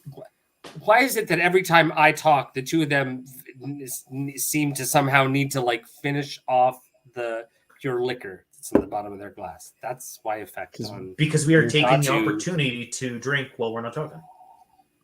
You two are lying through what's left of your teeth. In any case, it's great that the Bond community loves this stuff, because I crap you not, I was thinking about the rather strange iterations of our Bond website and James Bond Canada since I started it. And in one form or another, it's been around almost since around the internet, like right around like 98, 99. No, I'm not lying. I mean, I remember in Minneapolis in 1995, kind of like surfing the web for the first time ever. So in various iterations, whether it be Bond Decor and Design, James Bond Expert, James Bond Canada, we've been around a long time, and we've grown. We're growing again. And I just love the fact that as a Bond fan, when I get something really, really cool, like that amazing No Time to Die poster that I just got, which is going to be extremely hard to get, I feel like I've really, really got something really cool. So we love the fact that the Universal and MGM were so generous. And again, a huge thank you for all this amazing swag that other people want as bad as we do. I love it. I absolutely love it. So Morgan, you are absolutely right. You got the answer. If you put on some kind of original edition, you might just get yourself another bag of swag. Look at that. Do you guys like the stuff? Do you think it's cool? No, like I think it's so cool because it's like actually it's not China knockoff. It's like It's really good quality. It was like it came from the Eon gift shop. Yeah. And you wouldn't believe what I had to go through to get that box, because I'm not lying. The label was on it, and I swear some UPS driver saw what it was and tried to scoop it, because when I finally got the box, all of the information regarding the delivery and everything was all off it. Like everything looks like it would come from the 007 website. Yeah, look. Right? Sorry. Yeah. Right. So my recommendation is, if anybody works in an office that has a swipe card, since you haven't been in very regularly, put it in this, put it on the back of your laptop, so that when you go in, you have your card. Exactly. And I mean, it's sort of, I don't want to say life hack, but you would think, because I'm actually trying to figure out a way to put it on my phone, my new phone. Problem is, I don't know if I can get it right. I guess I can. I'll have to get it right to the edge, and I'll put it right there. Mm-hmm. And can I just hear props? Okay. Remember when he throws it in Norway? We were just talking about that scene, right? Yeah. So he throws it down thing, and this is and Aaron teased me because I showed him a picture, and I said, "Who's James Bond? I am." Aaron, why don't you tell everybody what you sent me back? Go on. Well, I'm pretty sure I was like, "You sure it's not the green phone that Nomi has?" Mommy has. And he sends me back a picture. He's like, "I don't know. Looks pretty gay. Could be this one." I don't know. And I'm like, you know what? I use that term, but what? I definitely called you out on having the wrong phone. You totally. But if you'll notice, when you watch it again, and he puts it down on the table, and there's a good product shot. This is it, baby. So the only thing I regret is that, and as a phone review, check this out. This is dual SIM. So if you are not an Apple person, and you are an Android person, and you want to be not a sheeple and have something unique, this is for you. So number one, you can, if you have a work phone, you can put your work SIM in this as well. 2 different numbers, different phones. And the best part is when you travel, you can grab a SIM from wherever you are, pop it in, and you're ready to go. So when Bond throws his phone down on the table, I believe he says something. What is he calling? He's calling to tell them. He's calling to tell them that he needs a trace on this and trace on that. Lucifer Safin, right? So, right. How does he do that? Is there? It looked like it was some kind of like push to talk that he was like talking to. Yeah. So this actually, this phone actually has on the top an emergency or a program button. Mm-hmm. And what you do is it's just a soft press, but you can either do a soft press or a long press, and you can assign the function to it. So it can take a picture, or it can dial an emergency call, or it can unlock your phone, or it can take a screenshot or whatever. So it's a programmable button. So when Bond grabs that, he's probably got it like this. I thought he was more pressing towards the bottom. Probably because he was talking into like almost the top. Maybe people can comment. They can remember. Because on the thumbprint on the side, there's a thumbprint sensor. But you might have been sending your favorite thing, a voice memo to him or something. I don't know. But. Okay, can I just ask? Okay, listen. No, Jeff, seriously, how old are you? You are old. 37. 7, right. Aaron, you are? 39. Okay. I'm the youngest. Yeah. Actually, both of you have to fly here mid-January for my birthday. Let's do it. Champagne. It's called... And actually, Joe Darlington's going to help me out. He doesn't know it yet. It's pretty fun. There are the same number of letters. There are the same number of letters in studio as there are in Murray. So in January, it's going to be Murray 54. My 40th is fastly approaching on the 24th. Yeah. So this phone, and actually, I mean, it is really cool because when he throws it down on the table after, he's like, what do you mean? Who are they following? Who are they tracking? I have a contact for you, and he puts it down on. So the new Bond phone is everything. I'll try to attach that card holder to it, and these have a lot of great uses. I love my friends when he's like, I'm always not finding my Optimum card, but I always use the same shopping bag. So he stuck to the side and he put his Optimum card inside. He goes, now whenever I go to Shoppers or for shopping, I know exactly where the card is because it's stuck to the bag in the holder. So these are great. And I think I sent you like 30 each or something, right?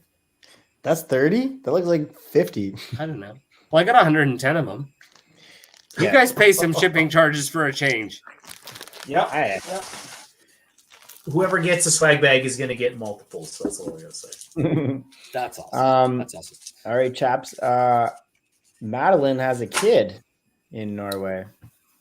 Mathilde. I think what convinced me, I don't know about you, but everyone thought it. Sure. So I love the fact, again, this tongue-in-cheek, Moore-esque humor sort of reimagined for Daniel Craig. Because, again, like that scene in Spectre when the building falls over and he grabs the lamp and he lands on the couch. Mm-hmm. Like, it's not long enough for us to get invested in our reaction. If it was more than 5 seconds, we'd be like, oh, whatever, Della. Like, you just, you wouldn't, it wouldn't track. Again, I like the fact that this time it's believable and it's funny. You're referring to when she's like, it's not yours? Yeah, but after that, when he's like, I have to show you something. Because that was when you were originally talking. When you were originally talking about originally talking about the opening scene in Norway. The other thing that struck me instead of the bottle of bleach, and I actually that was actually going to be my trivia question, but I couldn't remember. Do you guys remember? Was there a brand name on the bottle of the bleach? Wasn't Clorox? No. And I wanted to remember because I was going to be like, okay, that's going to spot. I'm like, okay, what's the brand of the bottle of the bleach underneath the cabinet? So and now, of course, and that's why, listen, everyone knows that the pandemic has affected the box office receipts. So they want a good Christmas release and those retail numbers, right? So as far as we know, December 21st, which is, I believe, a Monday, is the Blu-ray release of No Time to Die. So we'll all be able to watch it. And I thought that we're going to announce at the end of this broadcast what our next broadcast is. And I thought maybe we'll play with it a couple of days, and maybe we'll also include a watch party. Yeah, we could do that. And I think we probably give away a couple Blu-rays too. Not that everybody on this chat probably will buy one, but I mean, So again, when that that throwback to back in the cabin when she's like under with the bleach, I'm like, when you move forward to this scene and she says it's not yours, and then she adds to it, which is like, it's kind of like, I guess maybe like if you're telling someone a lie, like you missed the bus and that's why you were late, and in fact so if you just tell them when you get there, oh my god, I'm so sorry, the bus and everything, and then you say, oh my god, and even after I was on the bus, some crazy person decided the driver had to stop, they took them off the bus, the supervisor came, so that it's like if you add a little extra, it makes it sometimes funnier and more believable. So again, suspension of disbelief, and the fact that it's tongue-in-cheek and very Moore-esque, but in a Craig era. I have something to show you, right? Another kid, right? Because the one thing that actually bugged me in that opening scene in Norway was, what is with don't tell me that if she knew how to get into the secret room, that if her father had been away, why wasn't she able to open that door? Do you think How many times have you struggled to as open a your father, I mean, with a young kid, would you think that she's putting it like, why would she even try to open the code for the door if she didn't know the code? And suddenly she tries once and then twice and the door still doesn't open. You get a little fumbly with your phone and you screw up the code. It's happened. Well, and Matthew and Morgan said, isn't the film coming out on video on demand next week? And Morgan says next Tuesday. So there was a Really? report On today, what and platform? one of the MI6 or somebody, they wrote that. So it's possible. That's not the Wow. Blu-ray per se, but it might be coming out on our home TVs. You can order it or Well, something. what platform For rental. do you think? Probably for rental, maybe for like future purchase.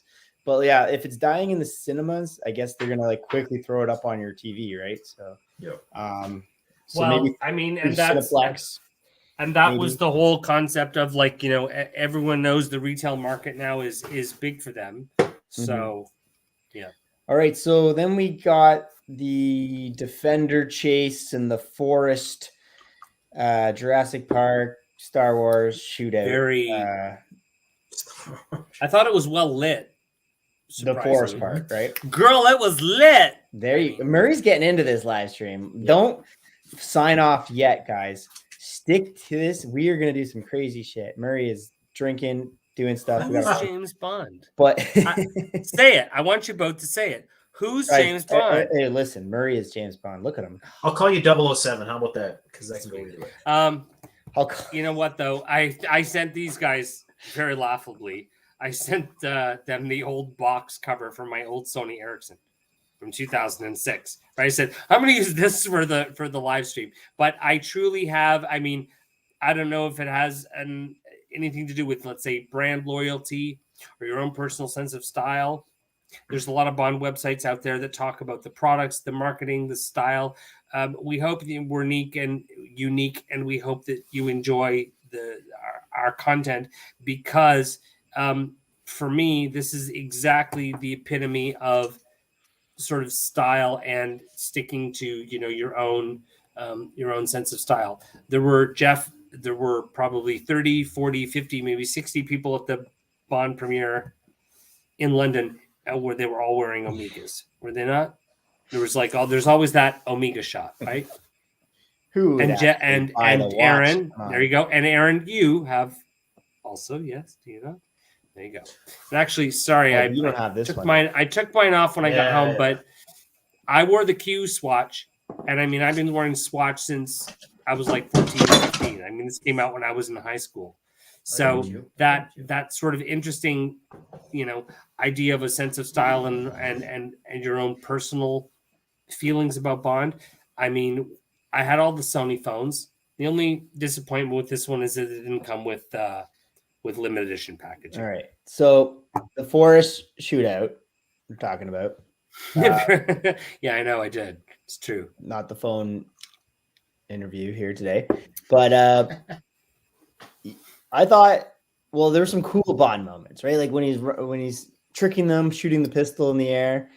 I thought some James Bond moments right there, right? Mm-hmm. But it's an okay sequence. Like obviously they got the For Your Eyes Only kill Logan Ash kind of you know, the way that he kills Locke in For Your Eyes Only there, dumps the Defender on him. Pretty cool. And then Safin somehow his helicopter. Okay, my dad didn't like that after those first two cars where he's driving the Toyota Land Cruiser and, you know, they flip over and they crash. And then all of a sudden, you know, like motorcycles are coming and like, did that seem like okay, so I guess Safin is just so well connected. He can just like, these motorcycle peoples were just waiting for this next time to attack Bond after the first two cars failed. Like, yeah, but 50 more. I mean, is it guys? I mean, I literally, you know, like I can't emphasize this enough because I think that I have a little bit of a bias when it comes to the Bond movies. So I try to stay a little bit more detached. And you guys are so much younger than I am. Thank you. In that Craig era. So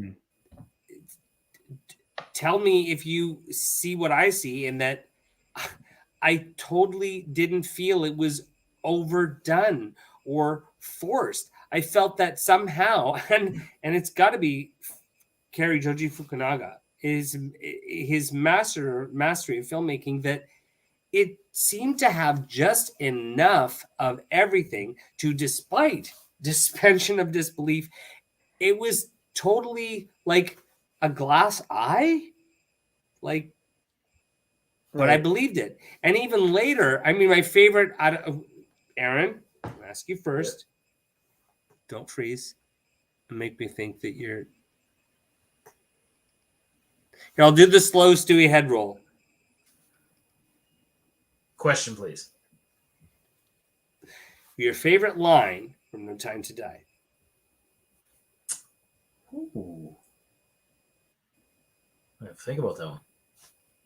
I'll come back to that. But I do want to talk about what Jeff just. I agree. The overall sequence wasn't overdone. It was great, but the fact that there was the separation of the parties, right? Why do you have two cars going, and then you have this whole backup team? Like, if this is such a key target, why isn't everybody going? Right? This is like a weird Bond moment of like telling your plot, and then while Bond's tied up, like, we're gonna send 2 after you, Bond, and then 20 to the left, to the left. Oh yeah. So then, okay, so we get out of the forest. Bond walks. Nomi picks him up in the Aston, and Bond eventually gets his 007 license back. Okay. What do you? Did she give it back too easily, or did? So, yeah. Cool. If you recall, this was my initial response the night of the premiere. I was like, nice, she gave it up Dave way Humphrey. Too easily. If you guys think and back he to said that to me. Do you know? Do you know? Can I just? No, I didn't even sit next to these two at the Royal Albert Hall premiere. They sat next to Rick Campanelli. No, Rick was on my left. Aaron was one over, or was Frank beside me? Frank was beside me, and then one more. Then you were one more. Frank. But no, and thank you, Rick Campanelli, for coming. We had if you guys, the most props I got was from Rick Campanelli. People are like, Billie Eilish, who the hell is that? Rick Campanelli. You called him Rick the Temp. I couldn't believe it. I was like, what? I didn't say that. You did. No. You're People like, I wrote can't that believe on my I said Rick the Instagram, and they Temp. wrote that everywhere. Okay, go on, Aaron. But if you guys think back to the movie, right from the onset, she had a bone to pick. I'm 007, and take that. And then when M announced that Bond was back in the 00, you remember that scene in M's office where she's like, 00 what? 00 what, sir? She asked. So she had a bone. She was twice. She asked twice. She had a bone to pick. She had a bone to pick. She was quite annoyed. They didn't have a lot after that to build up that rapport where now she feels connected Logan to him. Find him and you'll be fine. No. But to me, the sort of pivotal moment was, rather than him respond to it right away, and they, again, I don't think it would be the tongue-in-cheek degree, but I think it was kind of like just a clever quip. It's just a number. Like, he's trying to show that it's no big deal. But we know, and he knows it's a little bit. And then she eventually capitulates to the point where she sees the value in the number. And a lot of people have speculated now, right? Because there's that line when we said, I know you thought we might have retired the number. So now, to me, I think our timeline, and we've already heard rumors in the Bond community. I hope that I'm not letting out anything that's under embargo.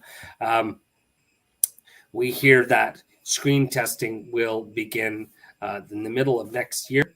The new Bond will be announced in late 2023, and a scheduled release of Bond 26 in 2025, which is an interesting timeline because after a recent meeting with my friends at Bollinger and Trialto, when they would go in their conferences, they would have a 10-year marketing plan.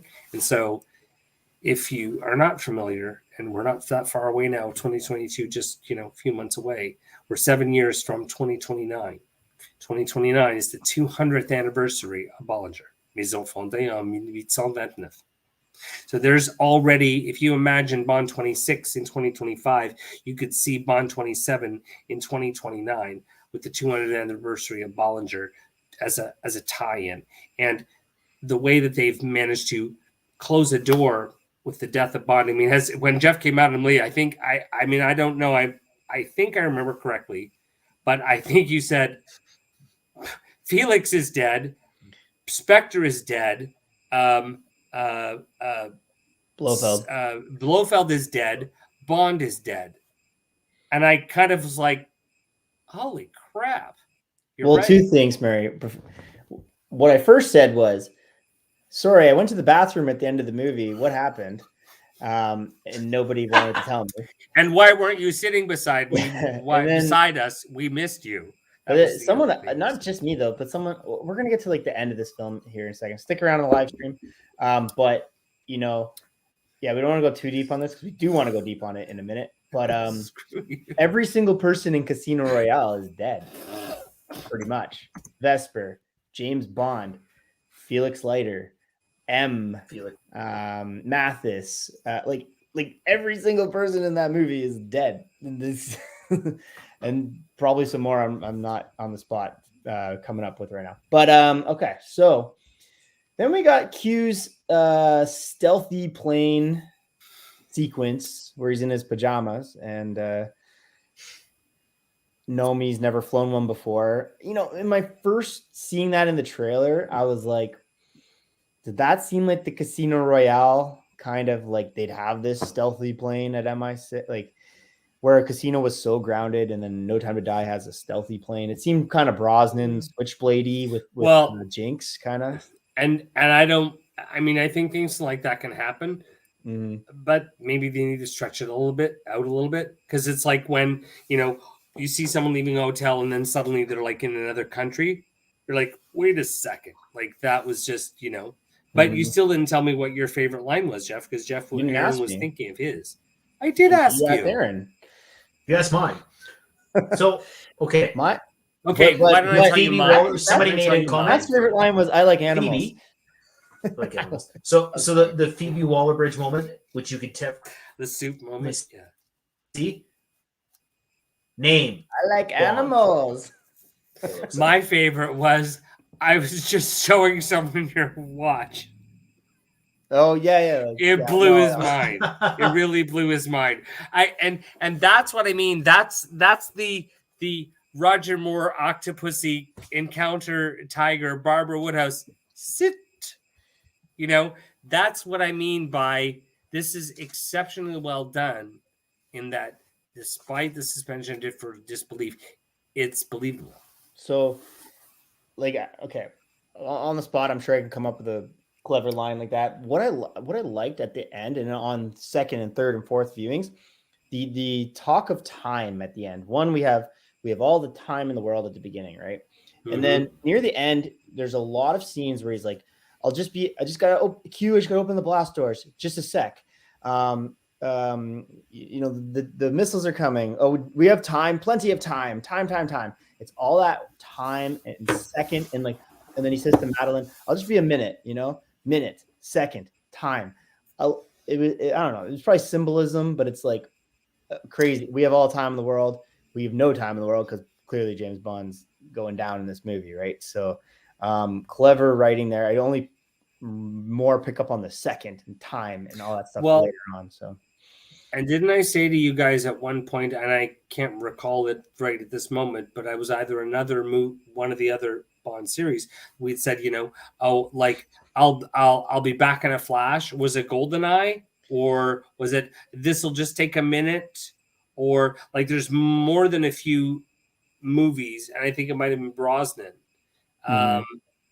where there were that was Spectre in Day of the Dead, wasn't it? When he walks out on her. I'll just be a minute. Yeah. Or you know what I mean? Like we had seen other sort of like references, and until we kind of like clicked that in, we're like, oh yeah. You're running out of time. Yeah. And then the movie's No Time to Die. Yeah. It's like, yeah, okay. They wrote that in pretty good, I thought. So Yeah, I think they did a good job for sure. So, For sure. So then like we can kind of get to the whole part of the ending, but then you got like the Madeline, Mathilde, Safin scenes.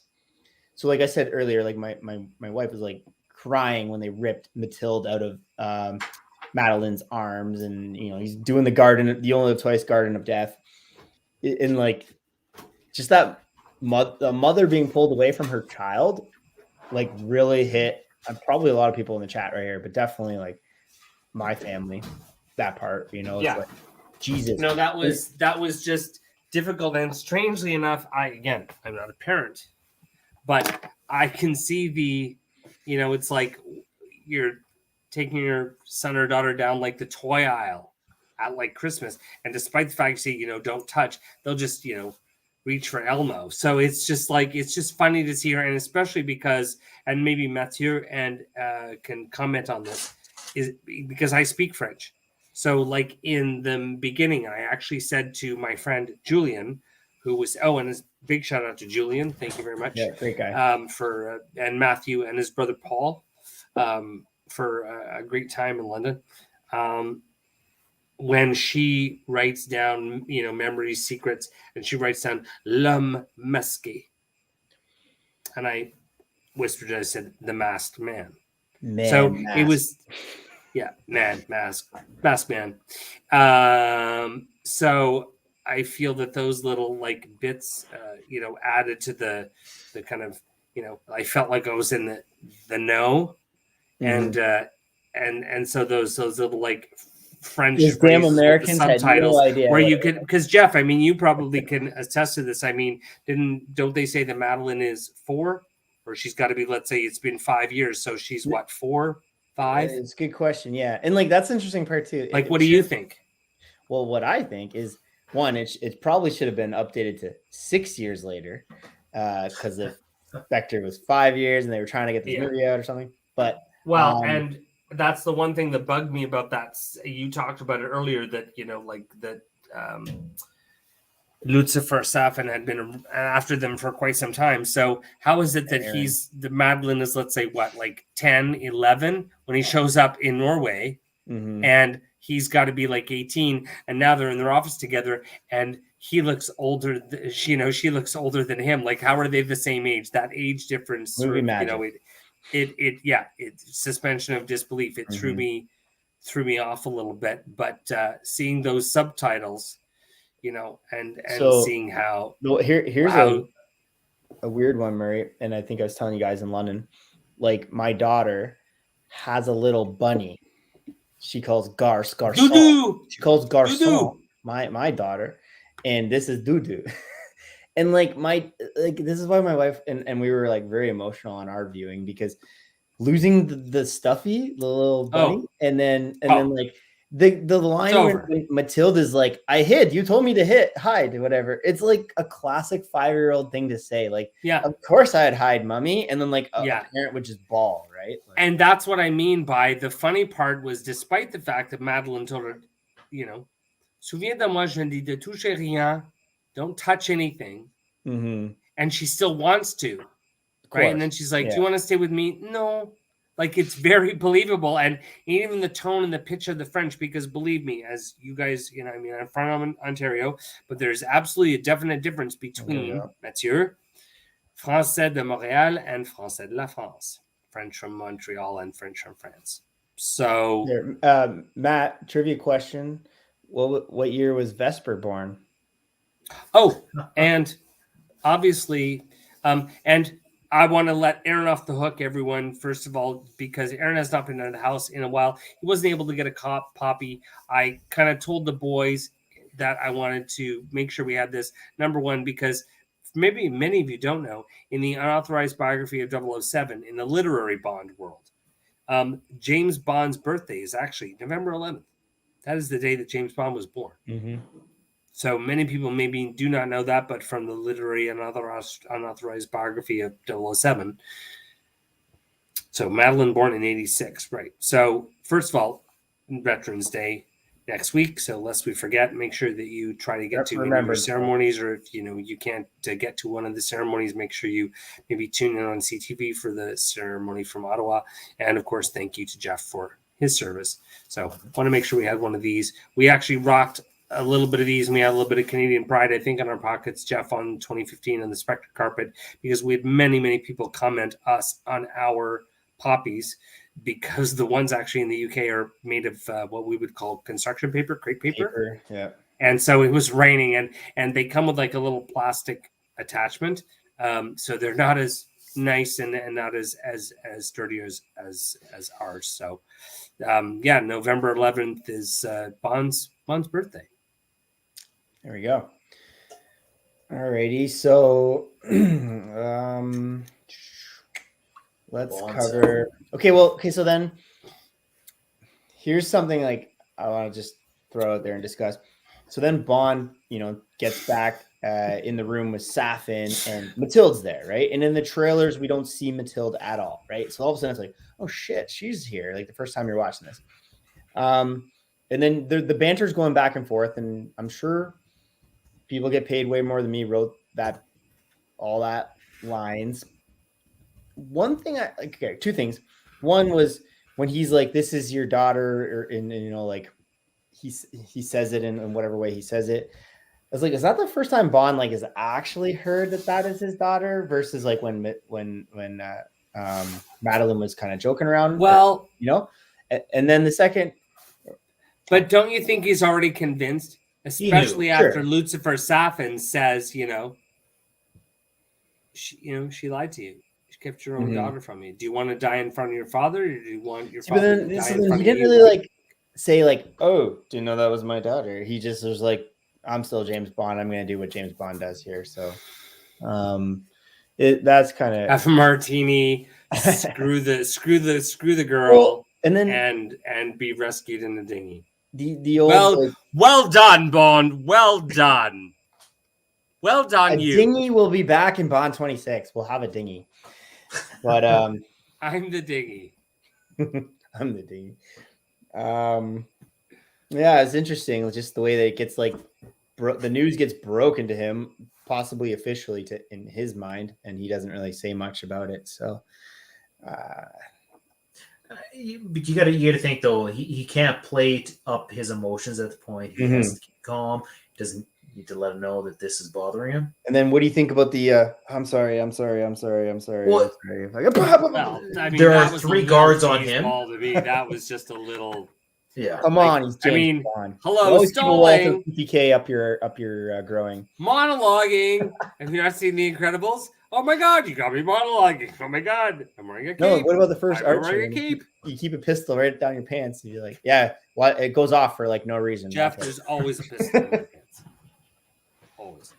So, and No Time to Die. Cardinal. Ooh. Yeah, exactly. Yeah, okay, so Safin speaks so softly, you can't understand him. Cheers. You got to really listen to Remy. Okay, that's what I was going to say. Do you remember hearing a press release earlier when they were like, Daniel and Remy hit the line so perfectly that Daniel kissed him and hugged him, and they had drinks after, and I'm like, what scene was that? Like, you'd assume it was that end scene, but I mean, like, I didn't think it was Oscar worthy. Like, a couple other, and it's funny you say Oscar, because there's so few releases this year, and there are only a few what we call vehicle movies. Anyone who doesn't know what a vehicle movie is when there's a particular star that's on sort of a rising crest, but they don't have any scripts with gravitas. They will actually create a movie for them in order to win an Oscar. Monster with Charlize Theron was a vehicle movie. The Blind Side with Sandra Bullock was a vehicle movie. Okay, so because there haven't been a lot of that this year, and the only other major releases other than sort of your cinema, No Time to Die, Dune, and yet to come out Oscar vehicle movie for Lady Gaga, The House of Gucci. So with very few releases this year, we're also ready for, even though we skipped a year, we're also ready for a Bond original theme song, 3-peat, right? Adele, Sam Smith, she's going to win for potentially. sure. Right? So it is very possible, because of the limited releases and because of the outstanding performances, I would not be surprised if you saw a Best Supporting Actress Oscar nomination for Lashana Lynch, a Best Supporting Actress nomination for Anna? No. Leah. Lea Seydoux. Sorry. Yeah. And a Best Actor nomination for Daniel Craig. I wouldn't say it wouldn't surprise me. Hope so. It really, really, really wouldn't surprise me, again, because of the limited number of releases and because of those performances. And of course, you'd probably get, if that's the case, even though the role was what I would call watered down, because I did find, and I really hope, please, one thing that I would ask you guys is check out my review, even though I got Aaron and Jeff's input. This was pretty much my take on Bond 25, No Time to Die. And I wanted to hit the ground running when the Times and the Mirror and everyone else was sitting there, and it was spoiler free. I read it to a few people. They were very complimentary, and I would love to hear your feedback on the review, because again, as I said, I had not gone to bed. It was 6 o'clock in the morning and I was in my hotel room, but I managed to finish it, go to bed, and be up at 9 o'clock as fresh as Daisy for the next day. So I appreciate any feedback and comments you have. We're going to, every time we do a live broadcast or video now, we're going to copy that link and put it over to our James Bond Canada website. Nice. So hearing that, I don't know, it's just, it's a strange understanding of hearing other people talk about the movie, because it seems to be a lot of the assessments are the same. It's a masterpiece. Okay, so have you guys seen True Detective season 1? Yep. Yes. No, never watched it. Okay, so in about the 5th or 6th episode of the first season, there's a Steadicam shot that carried Joji Fukunaga, because he directed the entire first season there, which is like fantastic, with Matthew McConaughey, and the helicopters are flying and he's got a guy and he's bursting through doors and all this stuff. So the opening the blast doors sequence where, after Bond gives his NPL sweater, not sponsored, to Matilda. Hello, Adam Holdsworth. He goes off and he's like, time to kick some ass here. That, if you guys got to find the clip, watch True Detective. That's where, when I first saw that and I knew Carrie was going to be directing, picture this in my mind. I was like, man, can you imagine if somehow in 1967 you only live twice, in the Hollow volcano, we're watching Connery like reload one clip of him taking out Spectre agents for like a sequence, because that's what True Detective was. So then we get Craig here now going up the staircase where the grenades are coming down, and he's diving and he's shooting people, and it gets to your favorite line eventually, Murray, where he does no, shut up. Does the bezel move? Shut up. Oh, dude, this is an Omega. Come on. Shut up. Show me that again. Oh my God. How did I do this way? Oh God. Okay, hang on. Oh, I just blew up my computer. But shut up. So let me reset it here. But okay, no. That's came like from the, that. that's right? like the okay, but so, and actually I never realized, right? So this is the swatch. No Time, right? So this is the Largo Thunderball watch, and awesomely it has the same logo as my jacket, and obviously, like Emilio Largo, it's got the chronograph and the white patch the black eye patch with the white dinner jacket. And yes, this is swatched from the Villains Collection 2004, but I did have rinsed up a little bit those edged zircons that were in there. Those are diamond chips that I had inserted by De Beers. Great. So that's my little baby. So what do you think of that sequence, Murray? Well, I mean, again, I thought it was kind of funny because it seemed to have that sort of dialogue between Bond and Q that's always a little tongue in cheek ever since Yeah, Hugh, the yeah. character, was introduced on the, in Skyfall. You still have spots that so, but Bond seems to be a little less frivolous with this Q, and he listens to him a little more. Whether it's about, it has quite a bang, or the handprint gun, but yet it's not a completely pliable relationship, right? So the part where Bond says, my favorite line, I just showed someone your watch, it really blew his mind. Like, it was great. That's hilarious. But, but the parts where he's like, now it's going to be an incredibly complicated sequence of weights and this and that. Got it. And he's like, which is that's fun, right? That's a fun little sequence. That's what I mean. There's a give and take in that that dialogue. And Aaron, like the what do whole you going think? up though, I like it's like John Wick kind of like he gets his John Wick kind of 3 minutes there of like kicking ass. Yeah. Going up. As an army guy, I thought it was like awesome. So I didn't really technically see any errors in everything that I saw beyond it being like Hollywood. But yeah, I thought it was pretty. He didn't have 25 shots out of one gun. He grabbed everyone else's guns at one point. Exactly. the only technical errors would have been all like the firing from the hip shit that were he's like killing people from the rest of the movie. But it's a Bond movie. It's fun. So then, okay, so yeah, like Murray just saying, pulls the levers, opens up the blast doors, life's good, move on, next Bond movie, dinghy. Oh shit, Safin shoots him right in the doo-doo. Doudou!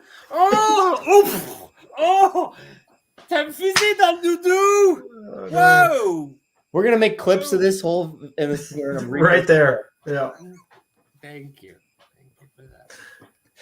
So you guys go. You guys talk. What do you think about all that Garden of Death fight sequence there? Murray, take it away. Breaking the arm, all that jazz. Yeah. And then like the thing on his cheek, the poison, the blood, the hair and the blood, and I got to listen to the plot 50 times to figure this out. I don't know. A lot of people, and also in a shout out that I missed earlier was to Calvin Dyson. We had a wonderful chat together, and I really miss Calvin, and I hope he's doing well. I think that sort of dialogue, it seemed a little slow, and when I say that, I mean this was a 2.5. I mean, the Royal Albert Hall is built for an hour and a half. Concerto. It's not meant for this long, and yet that part felt long. Don't you think, Aaron? I agree. So Morgan just posted up a comment there. The Garden of Death was not utilized enough. I agree with that. It was mentioned, but what was actually done with it in the movie? Well, and a lot of people in the Bond community who I spoke to. I mean, I think we had a wonderful time after the premiere. We all went to the Hippodrome Casino because it's open late, and you know what? It's not like Kelsey's, where if you're drunk late at night, as Fleming said, nothing smells worse than the stench of a casino at 4 a.m. It had great food. They have great food. Oh, we didn't leave till 5:30. Who are you kidding? But with the Garden, I almost felt like there was a alternate ending previously filmed, and it played more of a role. What do you think that would have been? I don't know. Speculate. If I could write, I probably would have a different. Okay. Ending. Yeah. Okay. Right. But I felt like they let it in there. They talked about it, and then they just left it. See, for me, I was waiting for the other shoe to drop, right? Mm-hmm. Like, because again, the first time I missed the hair and the handkerchief. So once I knew that it was there, I'm like, okay, this is kind of the insurance policy. It doesn't even say that insurance or something. or he alludes to it when he's sitting opposite Bond with Madeline. It's like, she's like, "What's that?" When he shows her the vial, like the little sort of fob with the vial. Mm-hmm. Right, exactly, and that's what Matthew just said. He said, "It reminded me of the Batman Joker fight in The Dark Knight. Both had the hero disable the villain. Both are fights in a puddle of water. Safin, like the Joker, enjoys having had the last laugh." But like even Casino Royale is like made because Batman Begins kind of was like refreshing Batman, right? So that's interesting, Matt, because like they might have stolen a little bit from the Batman series. Yeah, okay, so Bond's fatally shot, poisoned, so he can't ever see Madeline in the flesh and Matilda in the flesh, I guess, or kiss them or be near them, kind of like COVID, I guess.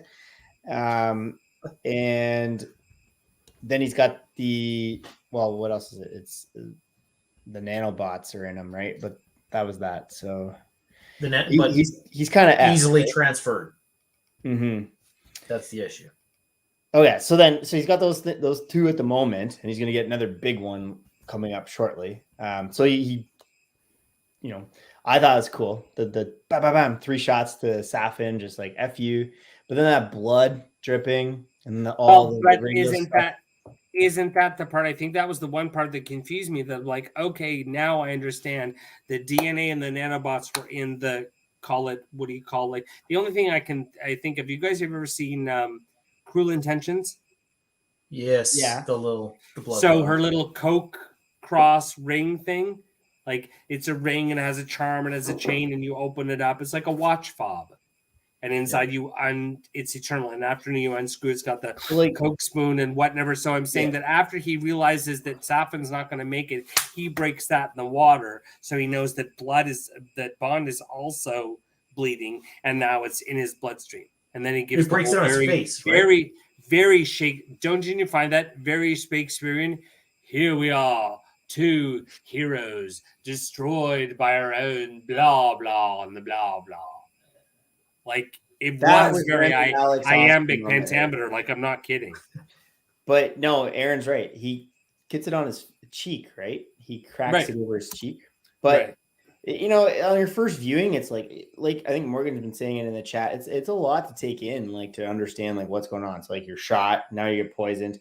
All right, so then he's dripping blood, kills Safin, goes, has the pretty cool banter with Q. Q's like, oh my god, and then he's okay. So when he's climbing the ladder at the Royal Albert Hall, guys, I was like, there's going to be a weather balloon up there. And if you've read You Only Live Twice, he escapes the castle on a weather balloon and it kind of explodes and he goes into the sea. And then the Russians Kissy Suzuki eventually finds him, but then he's brainwashed and it leads into the Man with the Golden Gun in the novel. And I was like, there's going to be a weather balloon up here. And when there was no freaking weather balloon up there, I was like, you're like, not saying the word Eon Productions, but I was like, yeah, you're not doing this. Are you serious? Because like we all heard the rumors, but like I don't know. First viewing, I was like, Adam just made the most amazing comment because he was rather poetic. Bond, an instrument of death, realizes he's going to die in the Garden of Death. Wow, how ironic! That's like Alanis Morissette. Yeah. Hey, no, it's true. I mean, Jeff and Aaron and I don't know if I've actually gotten or we've heard their take on their London experience and the trip, but I really enjoyed spending time with you guys and experiencing Bond together. So I mean that sincerely. I couldn't be happier with two of you. You, Murray. Oh my God! Shut up. What if you were on the roof of your building right now and a bunch of missiles were hitting you in the face? How would you feel? Well, I'd check my fridge for Molly. It's the first thing I do. All right. So no, my point is, as to Adam's comment, right? Bond realizes in instant death that realizes he's going to die in the Garden of Death. I think that's what sort of perpetuated. I mean, isn't that why? Because I would venture to say that Hey, and you guys would probably be able to tell me, when did the end of the last Bond movie, because this was only for the kids who knew in the club, reason you waited for the end of the Bond movie was to see the title of the next one. When did they stop that? Octopussy. 95? At the end of I think at the end of A View to a Kill, wasn't it? No. Because they announced Living Daylights, but then we weren't sure after that. No, I'm pretty sure. So the reason everyone stays at the end of No James Time Bond will to return Die in From a View to a Kill. From a View to a Kill. That's And right. okay, so James. So the reason people wait till the end of No Time to Die is to see James Bond will return.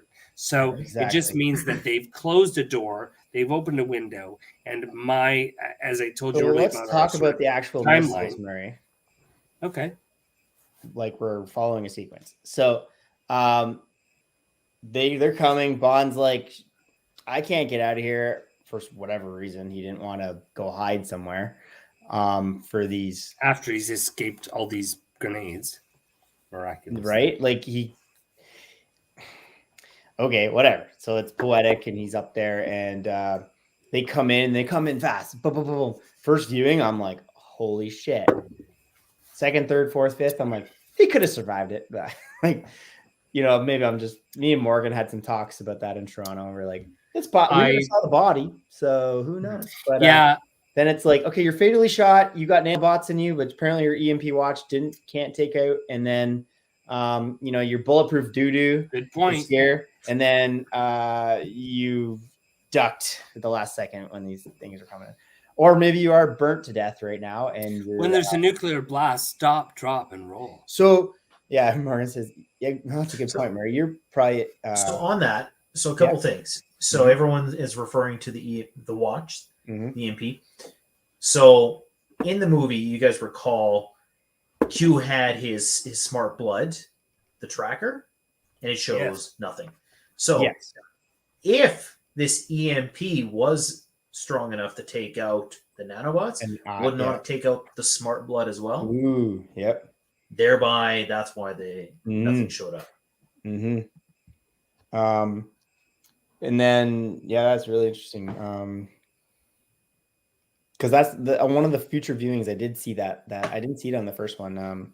Where the Naomi's still alive and Bond goes flatlined, right? Flatlined, yeah. The trident goes flatlined. But yeah, like, oh, here's the thing. Like, and someone remember, these two boats are showing up. We better all the people. So then I was like, they're gonna get Bond and like grab the body or something like that, and maybe he's still alive and they're Russian and he's gonna do the Russia thing, which Morgan and I talked about one time in Toronto, and they're gonna do the man with the golden gun thing. But that will lead us to wherever Eon wants to take the series, I guess, if they want to just start fresh or continue on. We'll talk about that in a second. But then we got crazy moment. Bond's dead-ish, maybe. Who knows? And, Madeline's crying. And then we white scene to London. And we get M's Fleming toast. Ian Fleming's kind of toast to Bond. You know how, like, a couple things on this thing. It's like, okay, sure, it's a good little wrap-up scene-ish for MI6. It's very, and I'm pretty sure it was in Jason Kim's and Edgar's podcast on James Bond Complex, but it's like, it seems like just for the audience, kind of like a little like ding, like, oh, James is dead. But like, wouldn't Lois Maxwell would be crying her money penny? Naomi Harris wasn't even like crying. Like, maybe they were all kind of like to James. I was like, okay, sure. That just moved the very long movie a little bit further along. Mm-hmm. And then we shoot to presumably the coast of Matera, which kind of looks like the end scenes of On Her Majesty's Secret Service-ish. Yeah. And very that portents and foreshadowing of the earlier opening scene, right? Just like that concept of, that the ending. Like, I did like when M, kind of clinked the the glass in the middle of the table.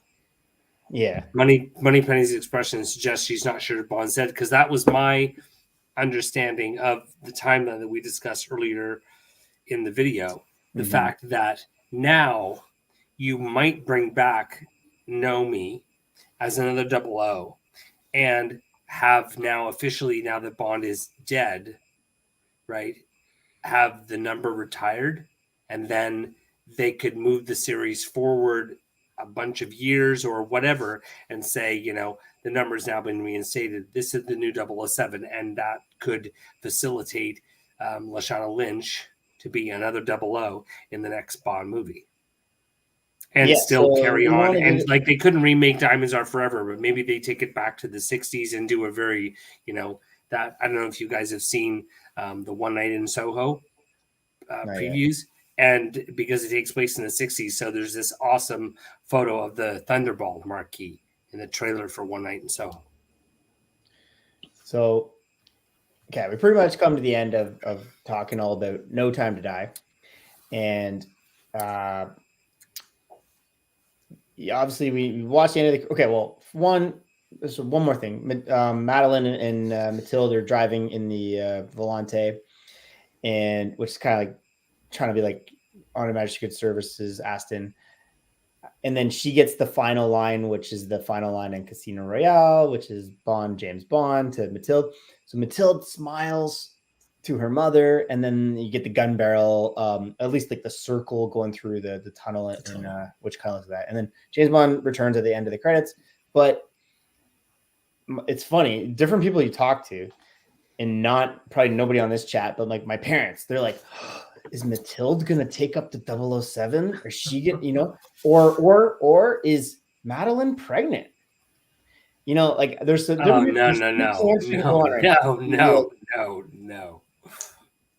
I don't know, right? So it's like, I'm just saying, is this current James Bond dead, or are they gonna do a brand new one?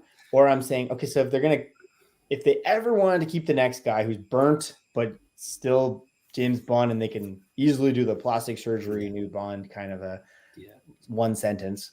If Halloween Kills teach me anything, one line writes a person's death out or comes back again. I think they only have two choices. They take it back or they take it forward. Because to me, and again, we posted that, and it was just a sort of random thought that I had seen that after, you know, the fact that, I think we posted on our Instagram, you know, 007 through 001. So whoever they get in their mid-30s, 3 Bond movies. And then we'd have someone who'd done 7 films, 6 films, 5 films, 4 films, 2 films, and 1 film. The only one that's missing is 003.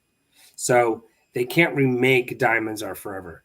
Maybe they could rework Goldfinger to kind of like a bullion currency, make it modern or something like that. I don't know, but they have to now take the series, let's say, forward, or take it back beyond origin. Like Morgan said, you know, if they reboot again, and I hope not, they should go back to Ron Bond's time in the Royal Navy, or maybe in that, because that's the one thing that there's a few. I don't know if you guys have these little sort of burrs in your saddle blanket when it comes to Bond, but one of the things that really disappointed me was in Skyfall, when she talked about Silva being an agent and the timeline. I think she said 86 or something, 86 to 92 or something like that. Yeah. And yet the only thing, because I felt that the 2 worst scripts in the 2 worst Bond films were in Brosnan's territory, that's the only thing that gave continuity to the series between 95 and 2002 was Judi Dench's M. You know, and she did as many films as M as Moore did as Bond. So the fact that, you know, why didn't they use that timeline of 97, 95 to 2002 in the handover of Hong Kong, you know, to kind of ground that, so that then maybe you could go back to call it a flashback. Like the whole story is a current 2022, 2023 mission. But the most 75% of it is like a mission between that period of time, a time period that we don't know about. Or, something I always thought about, it's like you'd have to find a really young character, like maybe after, you remember in Majesties, right, with Olympe, Mm-hmm. right? Obviously, Mark Draco's, let's say, mistress, lover, wife. Perhaps she was pregnant. Maybe she had a son. And he always lamented about how his mother was so sad that her father had been killed. And he had been killed because of a mission that he helped Bond on. So find something in the past to bring forward that be tangible enough to attach a plot to. James Bond Jr. says Matthew Clare.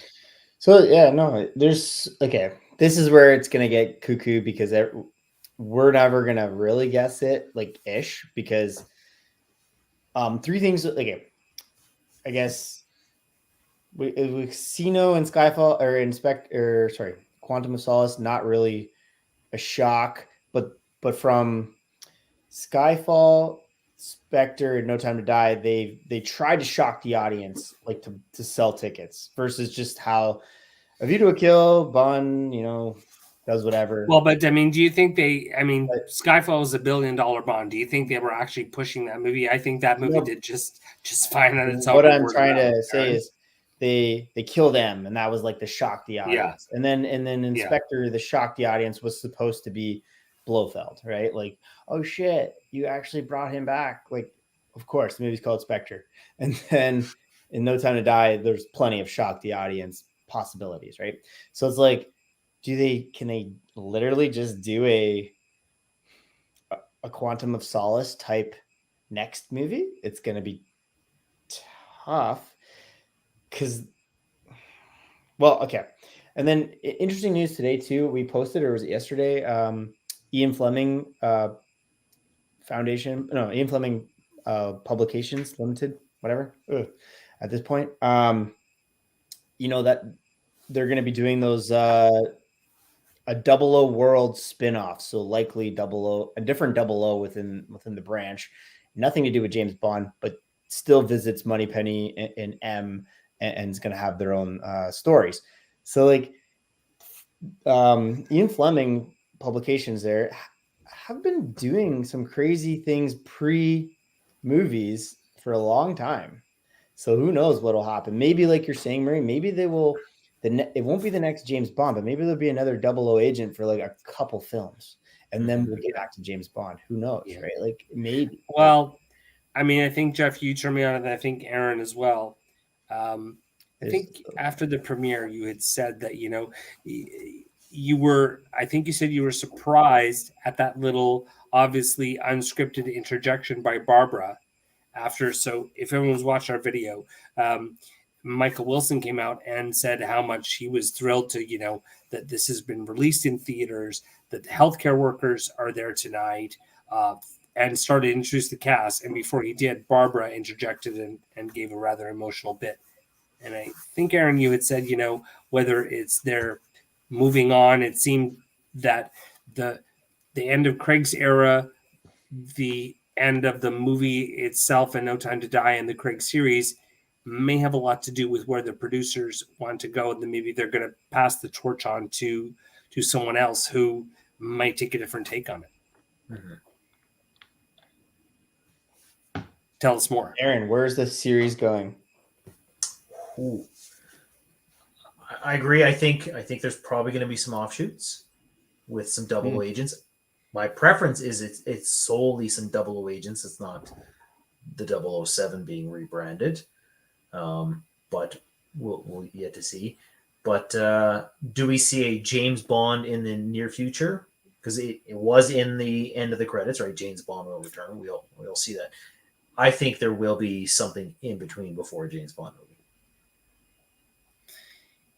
And I never. What is it? What's the streaming deal again? It wasn't Amazon. Well, so I bet you that's where you see the next. Well, and again, we don't know, right? For distributorship, we don't know what the deal is, right? Mm-hmm. Was this a one picture deal? Like, I would love to see distribution go back to, let's say, or at least have an attempt to lock in whatever the next 2-3 movies are with one particular studio. We don't know if Universal is going to release the next Bond movie or not. Mm-hmm. So those streaming platforms, the fact that, and honestly, I really don't think I consider that until now. So you think there's going to be some kind of transition spin-off movie from the 00 series before the next James Bond movie?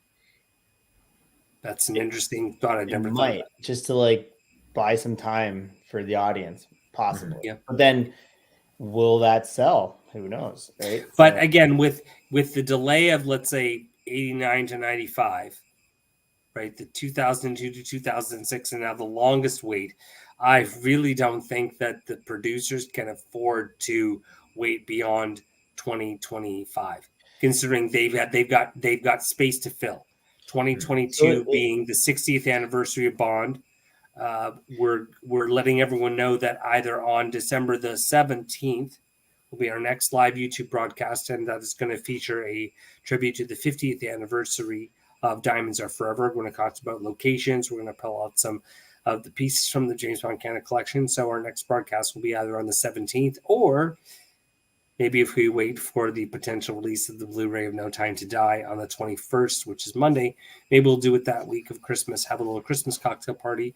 We'll celebrate the 50th anniversary of Diamonds Are Forever, and we'll do a No Time to Die watch party. So, yeah, exactly what I was going to say. I could see Michael stepping down, Barbara and Greg doing the next one. And then eventually it can be Barbara stepping down and Greg can continue on. Exactly. But I don't think Greg can go first. Like, it's going to be no. Greg it has to be a Barbara. Yeah, it has to be a Charles. It has to be a Queen Elizabeth, Charles, William. Because no, Jeff, you were absolutely right. And whether it's in business or in movies, legitimacy and credo, let's say guilty by association, works in reverse as well. Meaning that if Michael steps down, Barbara stays on for the next one with Greg as the sort of second. Then they could maybe do one more on the job training. Now, that's right. And that would be, and because I don't think people understand how important this is, Bond fan or not, whether it's the Harry Potters, the Mission Impossible, the advent of the franchise, James Bond invented the franchise, people. They invented the genre and the franchise. And even if you take all of the, the Roger Spottiswoode and the Cary Fukunaga's and the double Sam Mendes, and take those out of the equation, 15 out of the 25 Bond movies, right, were directed by 4 people. 4. Okay? This family and this production company has held the rights and the control of this movie for 60 in years. A good way. You will not find that. I mean, that was old Hollywood when the studios ran everything, and now you've got, everyone, these streaming platforms who are, bucking to take away their revenues and the competition. No other franchise has the control and the personal investment than Barbara Broccoli and Michael Wilson. And people may just not understand how important that is. And like, Morgan's saying here, like you're saying, Murray, there is nothing. Everything else is Marvel, Disney, Barbara Broccoli. Woman. When they were yelling at James Bond for not being woke enough, a woman runs our movies. And it's not just like one-off or an anomaly. It is an absolute, guys, what's the word I'm looking for? It's that 1 in a million. It just doesn't exist without. It'll never happen again. No, anything. It won't. What's the word I'm searching for? It's paradox. Oh, good one. The James Bond paradox. James Bond paradox. That's the next podcast. Alrighty, that's pretty good. Okay, so we can go on future James Bond discussion forever. Like we can do a whole live stream on it. We probably should actually. Parting thoughts. Talk about London, because we haven't talked about that much. I mean, I talked about my experience, but tell me about your experiences of London. Murray, Aaron, Mitt, Pure Santh was mostly our crew. Frank drank all of London Dry of champagne. Bollinger. We did. We went and did whatever we wanted. We went to Duke's. We went shopping. We bought Michael Kors. We went to the premiere. We went to Adidas. We went to and when not NPL, Duke's. Where Omega. did we go for lunch in the afternoon? Was that Duke's? Oh yeah, it was Duke's. Yep. Yeah, we went to an amazing. Why can't I remember the name of the Italian restaurant that we went to right in like Broccoli Covent Garden? No, not the broccoli. Not the broccoli. Aaron, we didn't go to Rules because it was closed on a X day, whatever day it was, Monday or something, and then so we just dined somewhere else. But yeah, I showed Aaron where it was. But there's, I think it was, weren't we in Covent Garden, and I walked you guys down to the NPL store, and there's I have the receipt from the place, but it's an awesome Italian restaurant. We ate there, but yeah, I mean, I had an amazing time. I hope you guys enjoyed it as well, because it was great. And not that I don't love all of you, but I got to tell you, as people slowly started to trickle out, Friday was my first day all to myself, because for anyone who hasn't been to a Bond premiere, the first 2 days are like climbing Everest. It's all adrenaline. Mm-hmm. And then the next day you come down, and plus we had a lot of hoops to jump through with the COVID restrictions and everything else. And I'm kind of amazed that we actually pulled it off. So Bond was an amazingly bright light at the end of a long, dark tunnel. And yes, it was great to be there. But I think the best part for me was hanging out with you guys and just enjoying. You take Bond out of the equation. We were in London for a week, and the only place who had to wear a mask was on the tube. We're all healthy and happy with our families, and we spent I think people had $400 on taxis to not have to wear a mask. Unbelievable. God, Ubers are expensive. I think we're all bleeding money because you all know that the Canadian dollar against the pound is like a pittance. So yeah. No, just I went on the craps table in Macau, and I put it all on red, so I got lots of money. Well, and I wasn't gambling at all, and then I decided to gamble. Oh well, I couldn't win at the hip. Guys, you don't know. On my first hand of blackjack, Aaron was right beside me. I got double aces, and I split them, won and push, and I made all my money back. And then 2 hands later, I think I played 75 pounds, 125 pounds, and lost like that. I'm like, Aaron, wow, how much did I lose? $800. Easy come, easy go. 1,500 too. I lost $1,500. I can't even. Didn't you put all the coin money down? Maybe. Yeah, it was all of the money. Actually, I think I got a video of it secured. Post that. I know, and I've got a picture of the three of us, and it was actually, it's a very great picture, and I will post it if you're not there. But is there a picture of the three of us? Yeah, I took it. I don't have any of all three of us together. And I have your mugshot. Thank you. Well, and the first thing Jeff said to me is like, why does Aaron look so happy and so awesome? You just look like someone just like ran over your cat. I'm like, don't ask. Because Murray was don't crying because James Bond. Don't go there. That's right. I hadn't seen the movie. I haven't seen the movie yet. Now, was that pre or post? That was pre. You were that mad pre? Why do you think I was mad, Jeff? Do you want to tell the viewers? Do you? You cry about something? What? You are such a liar. Come on, Murray. Don't be sad. James Bond. There was a little misunderstanding. There were a lot of people in the Gore Hotel before. How many? We went. There were probably 60 people outside and about 20 to 30 inside. And people were talking, chatting. There was the Bond experience and dressing like Bond. And somebody was chatting for a long time? Where? We made yeah, we did just that to you. If you were, we're like, we're going, Murray. You're like, I'll be right back. So the two that were outside, and Aaron just casually, as if he's walking the dog in the park, it just gives me one of these.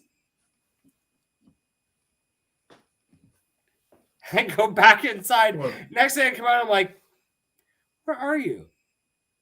So that's why they got the amazing I'm lining videos. up to go to the world Jeff premiere and of James Aaron Bond. What are you doing? left this guy. I was leaving my ticket at the bar for Rick Campanelli. Rick was hilarious. So Rick didn't even. No, watch Rick was it not yet. hilarious. Rick was not hilarious. He might but, watch this. he might All watch. 249 minutes. No, he won't. No, he won't. 2 hours No, and he 40 won't. minutes. No, but it's funny when you take a step back and you look at perspective. And I had a completely different take on our guest's appearance, and some other people gave me their assessment, and I tended to agree. Circle gets a square, $500. And okay, we'll edit that. No, you won't. Wow, it's up to you. All righty, so James Bond will return, and so will James Bond Canada on December the what? 17th, which is a 17th. Friday, or Friday. the 21st, or I mean, again, that's Christmas week, knows? and we know a lot of people are busy, but we figure it'll be a great time to get together. We'll all be festive. Everyone's But- family is safe and spend a nice Christmas together. So if it comes out, we will do a 1 hour tribute. Not a 3 hour. So that's where we're at tonight. So yeah. To the 50th anniversary of Diamonds Are Forever. We'll talk locations because Jeff's been to a few of them. I know that Aaron has as well. And I've got some great Bond Diamonds Are Forever. It's kind of a combination of an episode of 007 Minutes. This time we'll pull out our top 5 pieces of memorabilia from the James Bond Canada collection from Diamonds Are Forever. And if No Time to Die comes out within a couple of days, we'll pick a day that, hey, if it turns out to be Friday, Christmas Eve, join us for some rum, some eggnog, and we'll post it and share it, and everyone can have a No Time to Die watch party after our 1 hour tribute to Diamonds Are Forever. That'd be fun if we do a No Time to Die watch party. Christmas Eve. I know everybody else is Christmas Eve. Yeah, when families are yeah. Forget. Well, no. I'm just saying that it's Friday the 17th, and I've given the boys a project because we know that we're number one in our market, and we love creating original content. Hey, so, James Bond Complex is on this too. Much love. We just meant that a lot of times, and we heard from a lot of people when we were in London that they were really thrilled that JBC was there. They knew who we were. They knew what we contributed. I mean, Jeff and I, listen, this happened before we even knew. I wanted to make sure that if we didn't get to the premiere, that we are able to see No Time to Die when it opened to the public on the Thursday night. So I went online to the Cineplex Odeon Leicester Square, the home of the Bond premiere, and got us 2 seats, 5 rows up on the end, and I'm talking Homer Simpson butt groove chairs. We were on this is not the Royal Albert Hall uncomfortable staring at, right? And Matthew, because to be fair, we are a podcast, exactly. And as we said, we may need to expand to get people in every province. So eventually, we'll just it'll be Quebec. It will be a hostile takeover by a French-speaking Ontarian, and I will absolutely consume like Spectre the James Bond complex. Come on, Matt. And I will envelop it Quantum and we're Spectre. Exactly. We will wrap then like somebody else is Safin. And notice that my Jean Charest English that I'm rounding the vowels because I'm using the English word. I won't say my French swear words on this podcast. Please don't. So the fact that we will be able to look at all of those, that Diamonds Are Forever, and then get into No Time to Die and a watch party, that would be incredibly cool. Yeah, that'd be cool. Aaron. Yes, sir. Treasurer, welcome. You guys gotta go follow his Instagram. He's regretting it already. Crazy. You can see it. Regretting it. You can see it. He's got me and Murray to deal with here, and he's like, "What the?" Oh no! After the chat room, these two, I'll go and have another. So okay, guys. Thank you guys. Do you like this mic? No, man, Murray, you rocked it on phone, and well, you showed us your phone, but your computer is We got Murray for 3 hours, everybody, ladies and gentlemen. It's like the moment. That's what Jeff said to me. Is like, is Aaron frozen? I'm like, God, I hope so. Either that, or he really hates me. Is Aaron right just now. mad or what? We'll work on my. That was Murray. bandwidth. Remember with us, No. Darlington and Zaritsky, when we played the game, and Murray was like AWOL for half the game. That is no more. And tomorrow, I will be circus, actually everybody. changing my service from one company to another, and the SIM card from this puppy is going into this one. So goodbye, Spectre. Hello, No Time to Die. And the next time we might even do our YouTube broadcast from this amazing phone.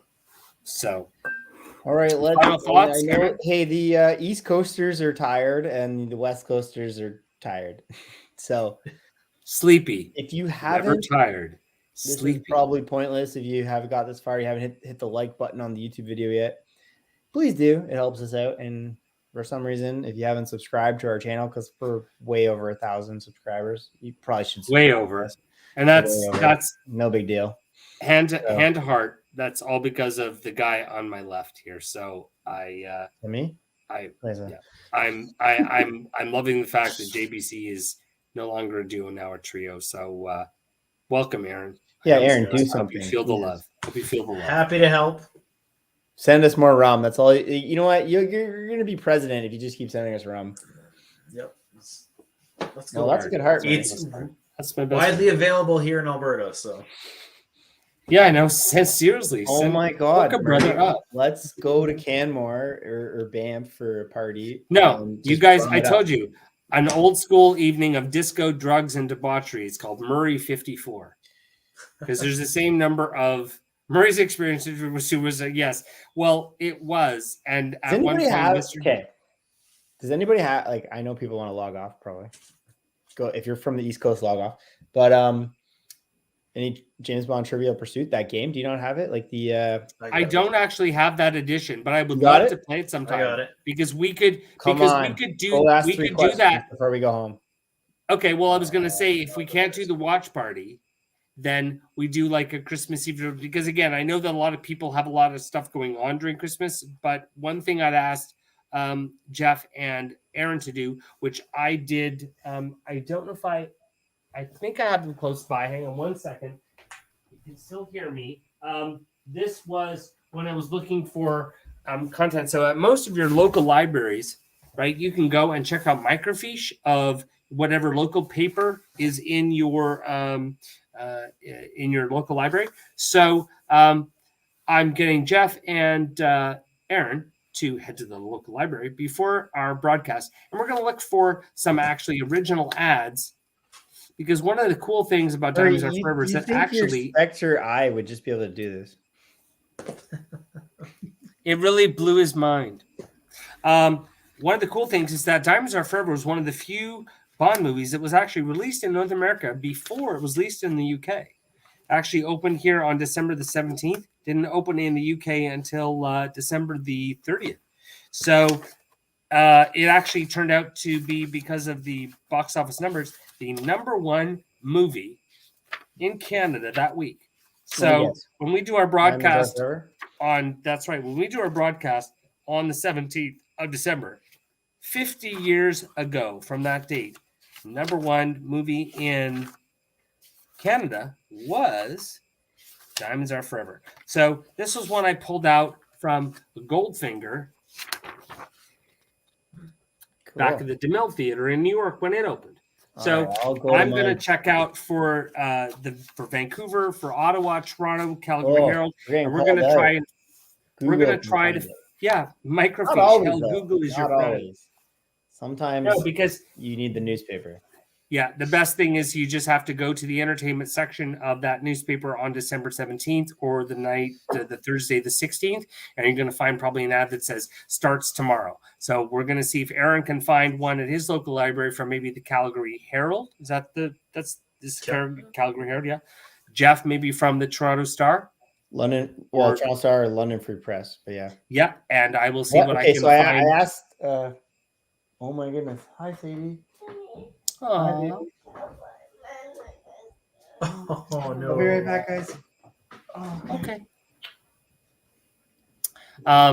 So Toronto Star or the London Free Press, and I'll see what I can find maybe from both the Vancouver Sun and what would have been my hometown paper when I was a kid, the Ottawa Citizen. I was going to say now in 1971, Jeff, how old were you? Do I want to know? I mean, Aaron, how old were you? Do I want 71. Yeah, I wasn't even a twinkle. Wow. That's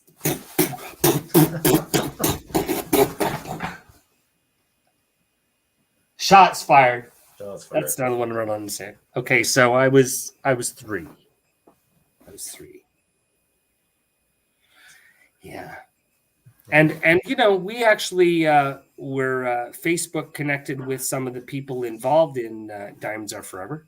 So who knows? Maybe if I reach out and send a message, who knows? We might be able to get maybe a 5-minute session and time with one of the guests and perhaps one of the stars and one of the cast of Diamonds Are Forever. So we'll see what comes of that. But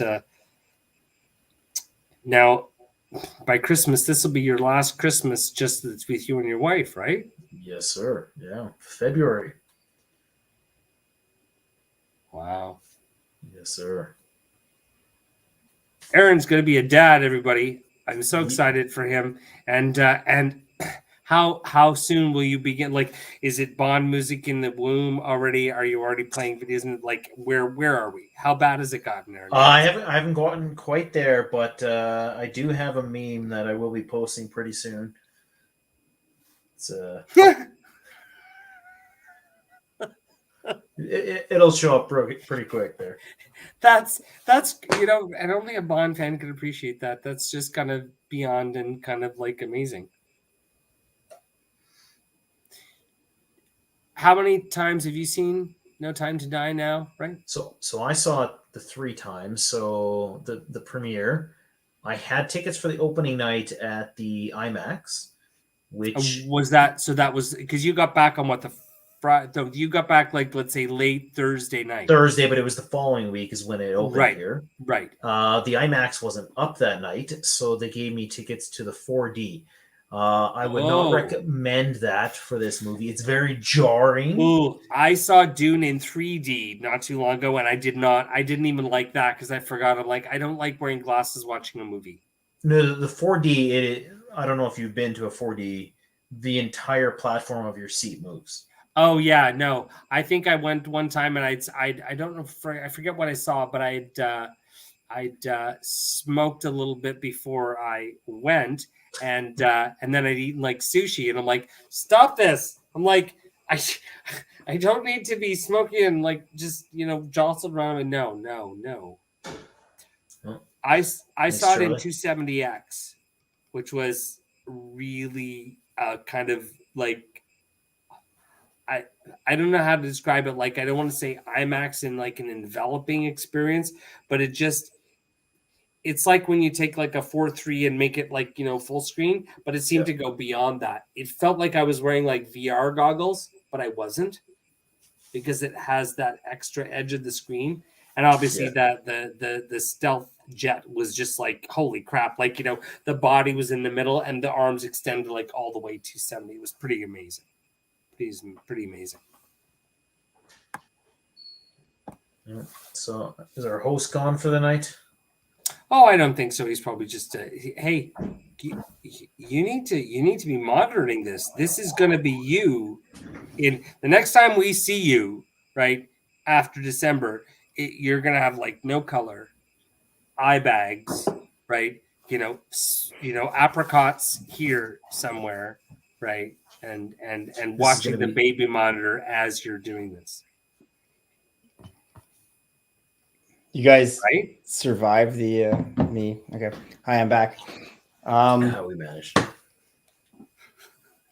Actually, I'm so thrilled. I'm getting Sadie would have heard me there, so that's fine. You woke up, she couldn't find her doo-doo. And doo-doo! Oh, time to slap him, time doo-doo! I guess I've left this question up. What? Because I asked earlier up here, I said, Someone post a hard 007 trivia question. It says, what is written on the back of the Q-boat? Q-boat. Isn't it Gone Fishing? Oh. Somebody write it yet? Okay, that's interesting. Shit. What is written on the it back might of be. the Q-boat? No, it can't be.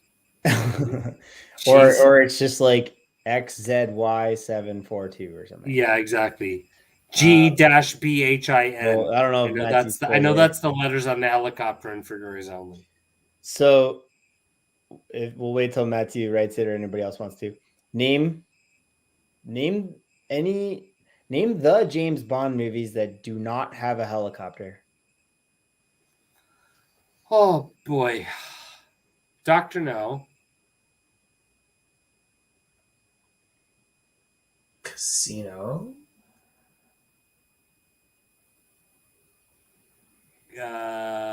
Really? Bahamas. When he Diamonds Are Forever. Oh shit! Yep. Diamonds, or no, that's wrong. No, Diamonds does. Yeah. Diamonds. Live and let die. Live and let die. No, because the poppy fields. Oh, that's flimsy. It's a helicopter is not flimsy, Murray. It's pretty strong structure. Hey, do you guys have this? Because I think you can still get. I think you can still get it. And it's called Itareri. Murray, ladies and gentlemen, a butterfly. Do you guys have this? No, I never got it actually. So obviously this guy, and it's from the Italian model maker, and you can still get these. They're only about like maybe $16, $16, like $20, but it's the replica. I don't even know what helicopter this is. The AW101. It's the what do they call it? The what's the brand? What do they call this? What's the sort of the like Ford, or what's the Huey? Anyone know? No? Something DO economics. I did. Maybe not at this hour. Can I remember? And while you're doing that, Danger Jet Blast was on the back of the Q-boat, evidently. Right. Yep.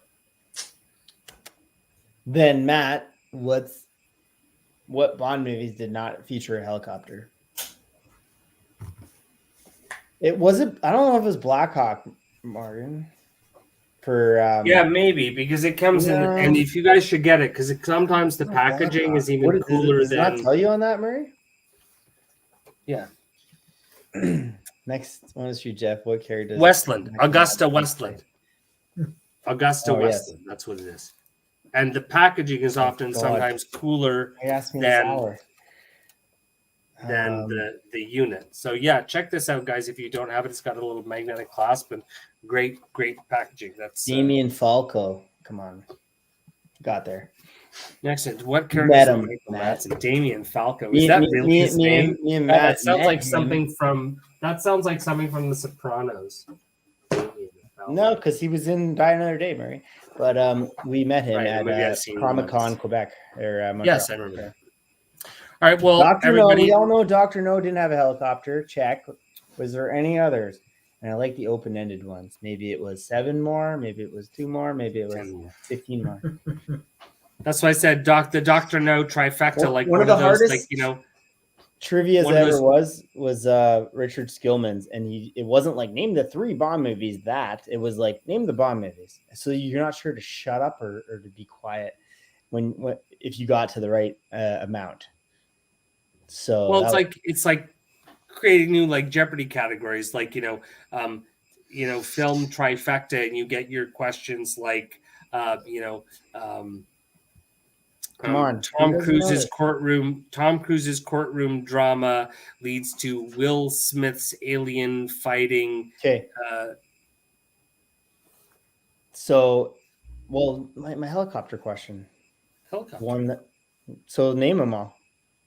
Oh, I told you I can't. I've only gotten one so far, Dr. No. Because I got to Diamonds Are Forever, and then I have to count the rest. I don't think there's any other ones that don't have a helicopter in it. Nobody wants to write in the chat? Come on. Falco. Look, Aaron's just gonna go watch the movies quickly. Yes, all of them.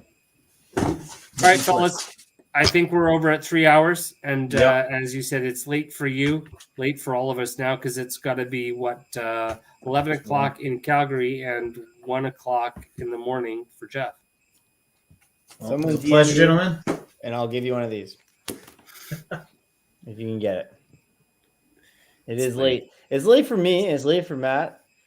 It's late for Dave. It's and probably the not evening late is for just you, starting. for you Evening just starting for me. That's right. It's 1 a.m. here, dude. I know. Well, guys, thank you very much for watching. Thanks to everyone. Again, a huge thank you to all the people involved for making our experience in London an amazing trip. All the sponsors and people who have hooked us up with amazing tickets, swags, and partnerships. Thank you to the fans. Thank you to Aaron, or thank you to Jeff, and welcome to Aaron, who's now part of JBC. And thanks to you guys for setting all this up. I had a great time. Awesome. We'll see you again soon on December 17th. The man with the golden gun. No helicopter. No, really? Is there really no helicopter man with the golden gun? Yes, there isn't. See, Jeff knows everything. Good night, everybody. All right, good night, gentlemen. Good night. Everyone.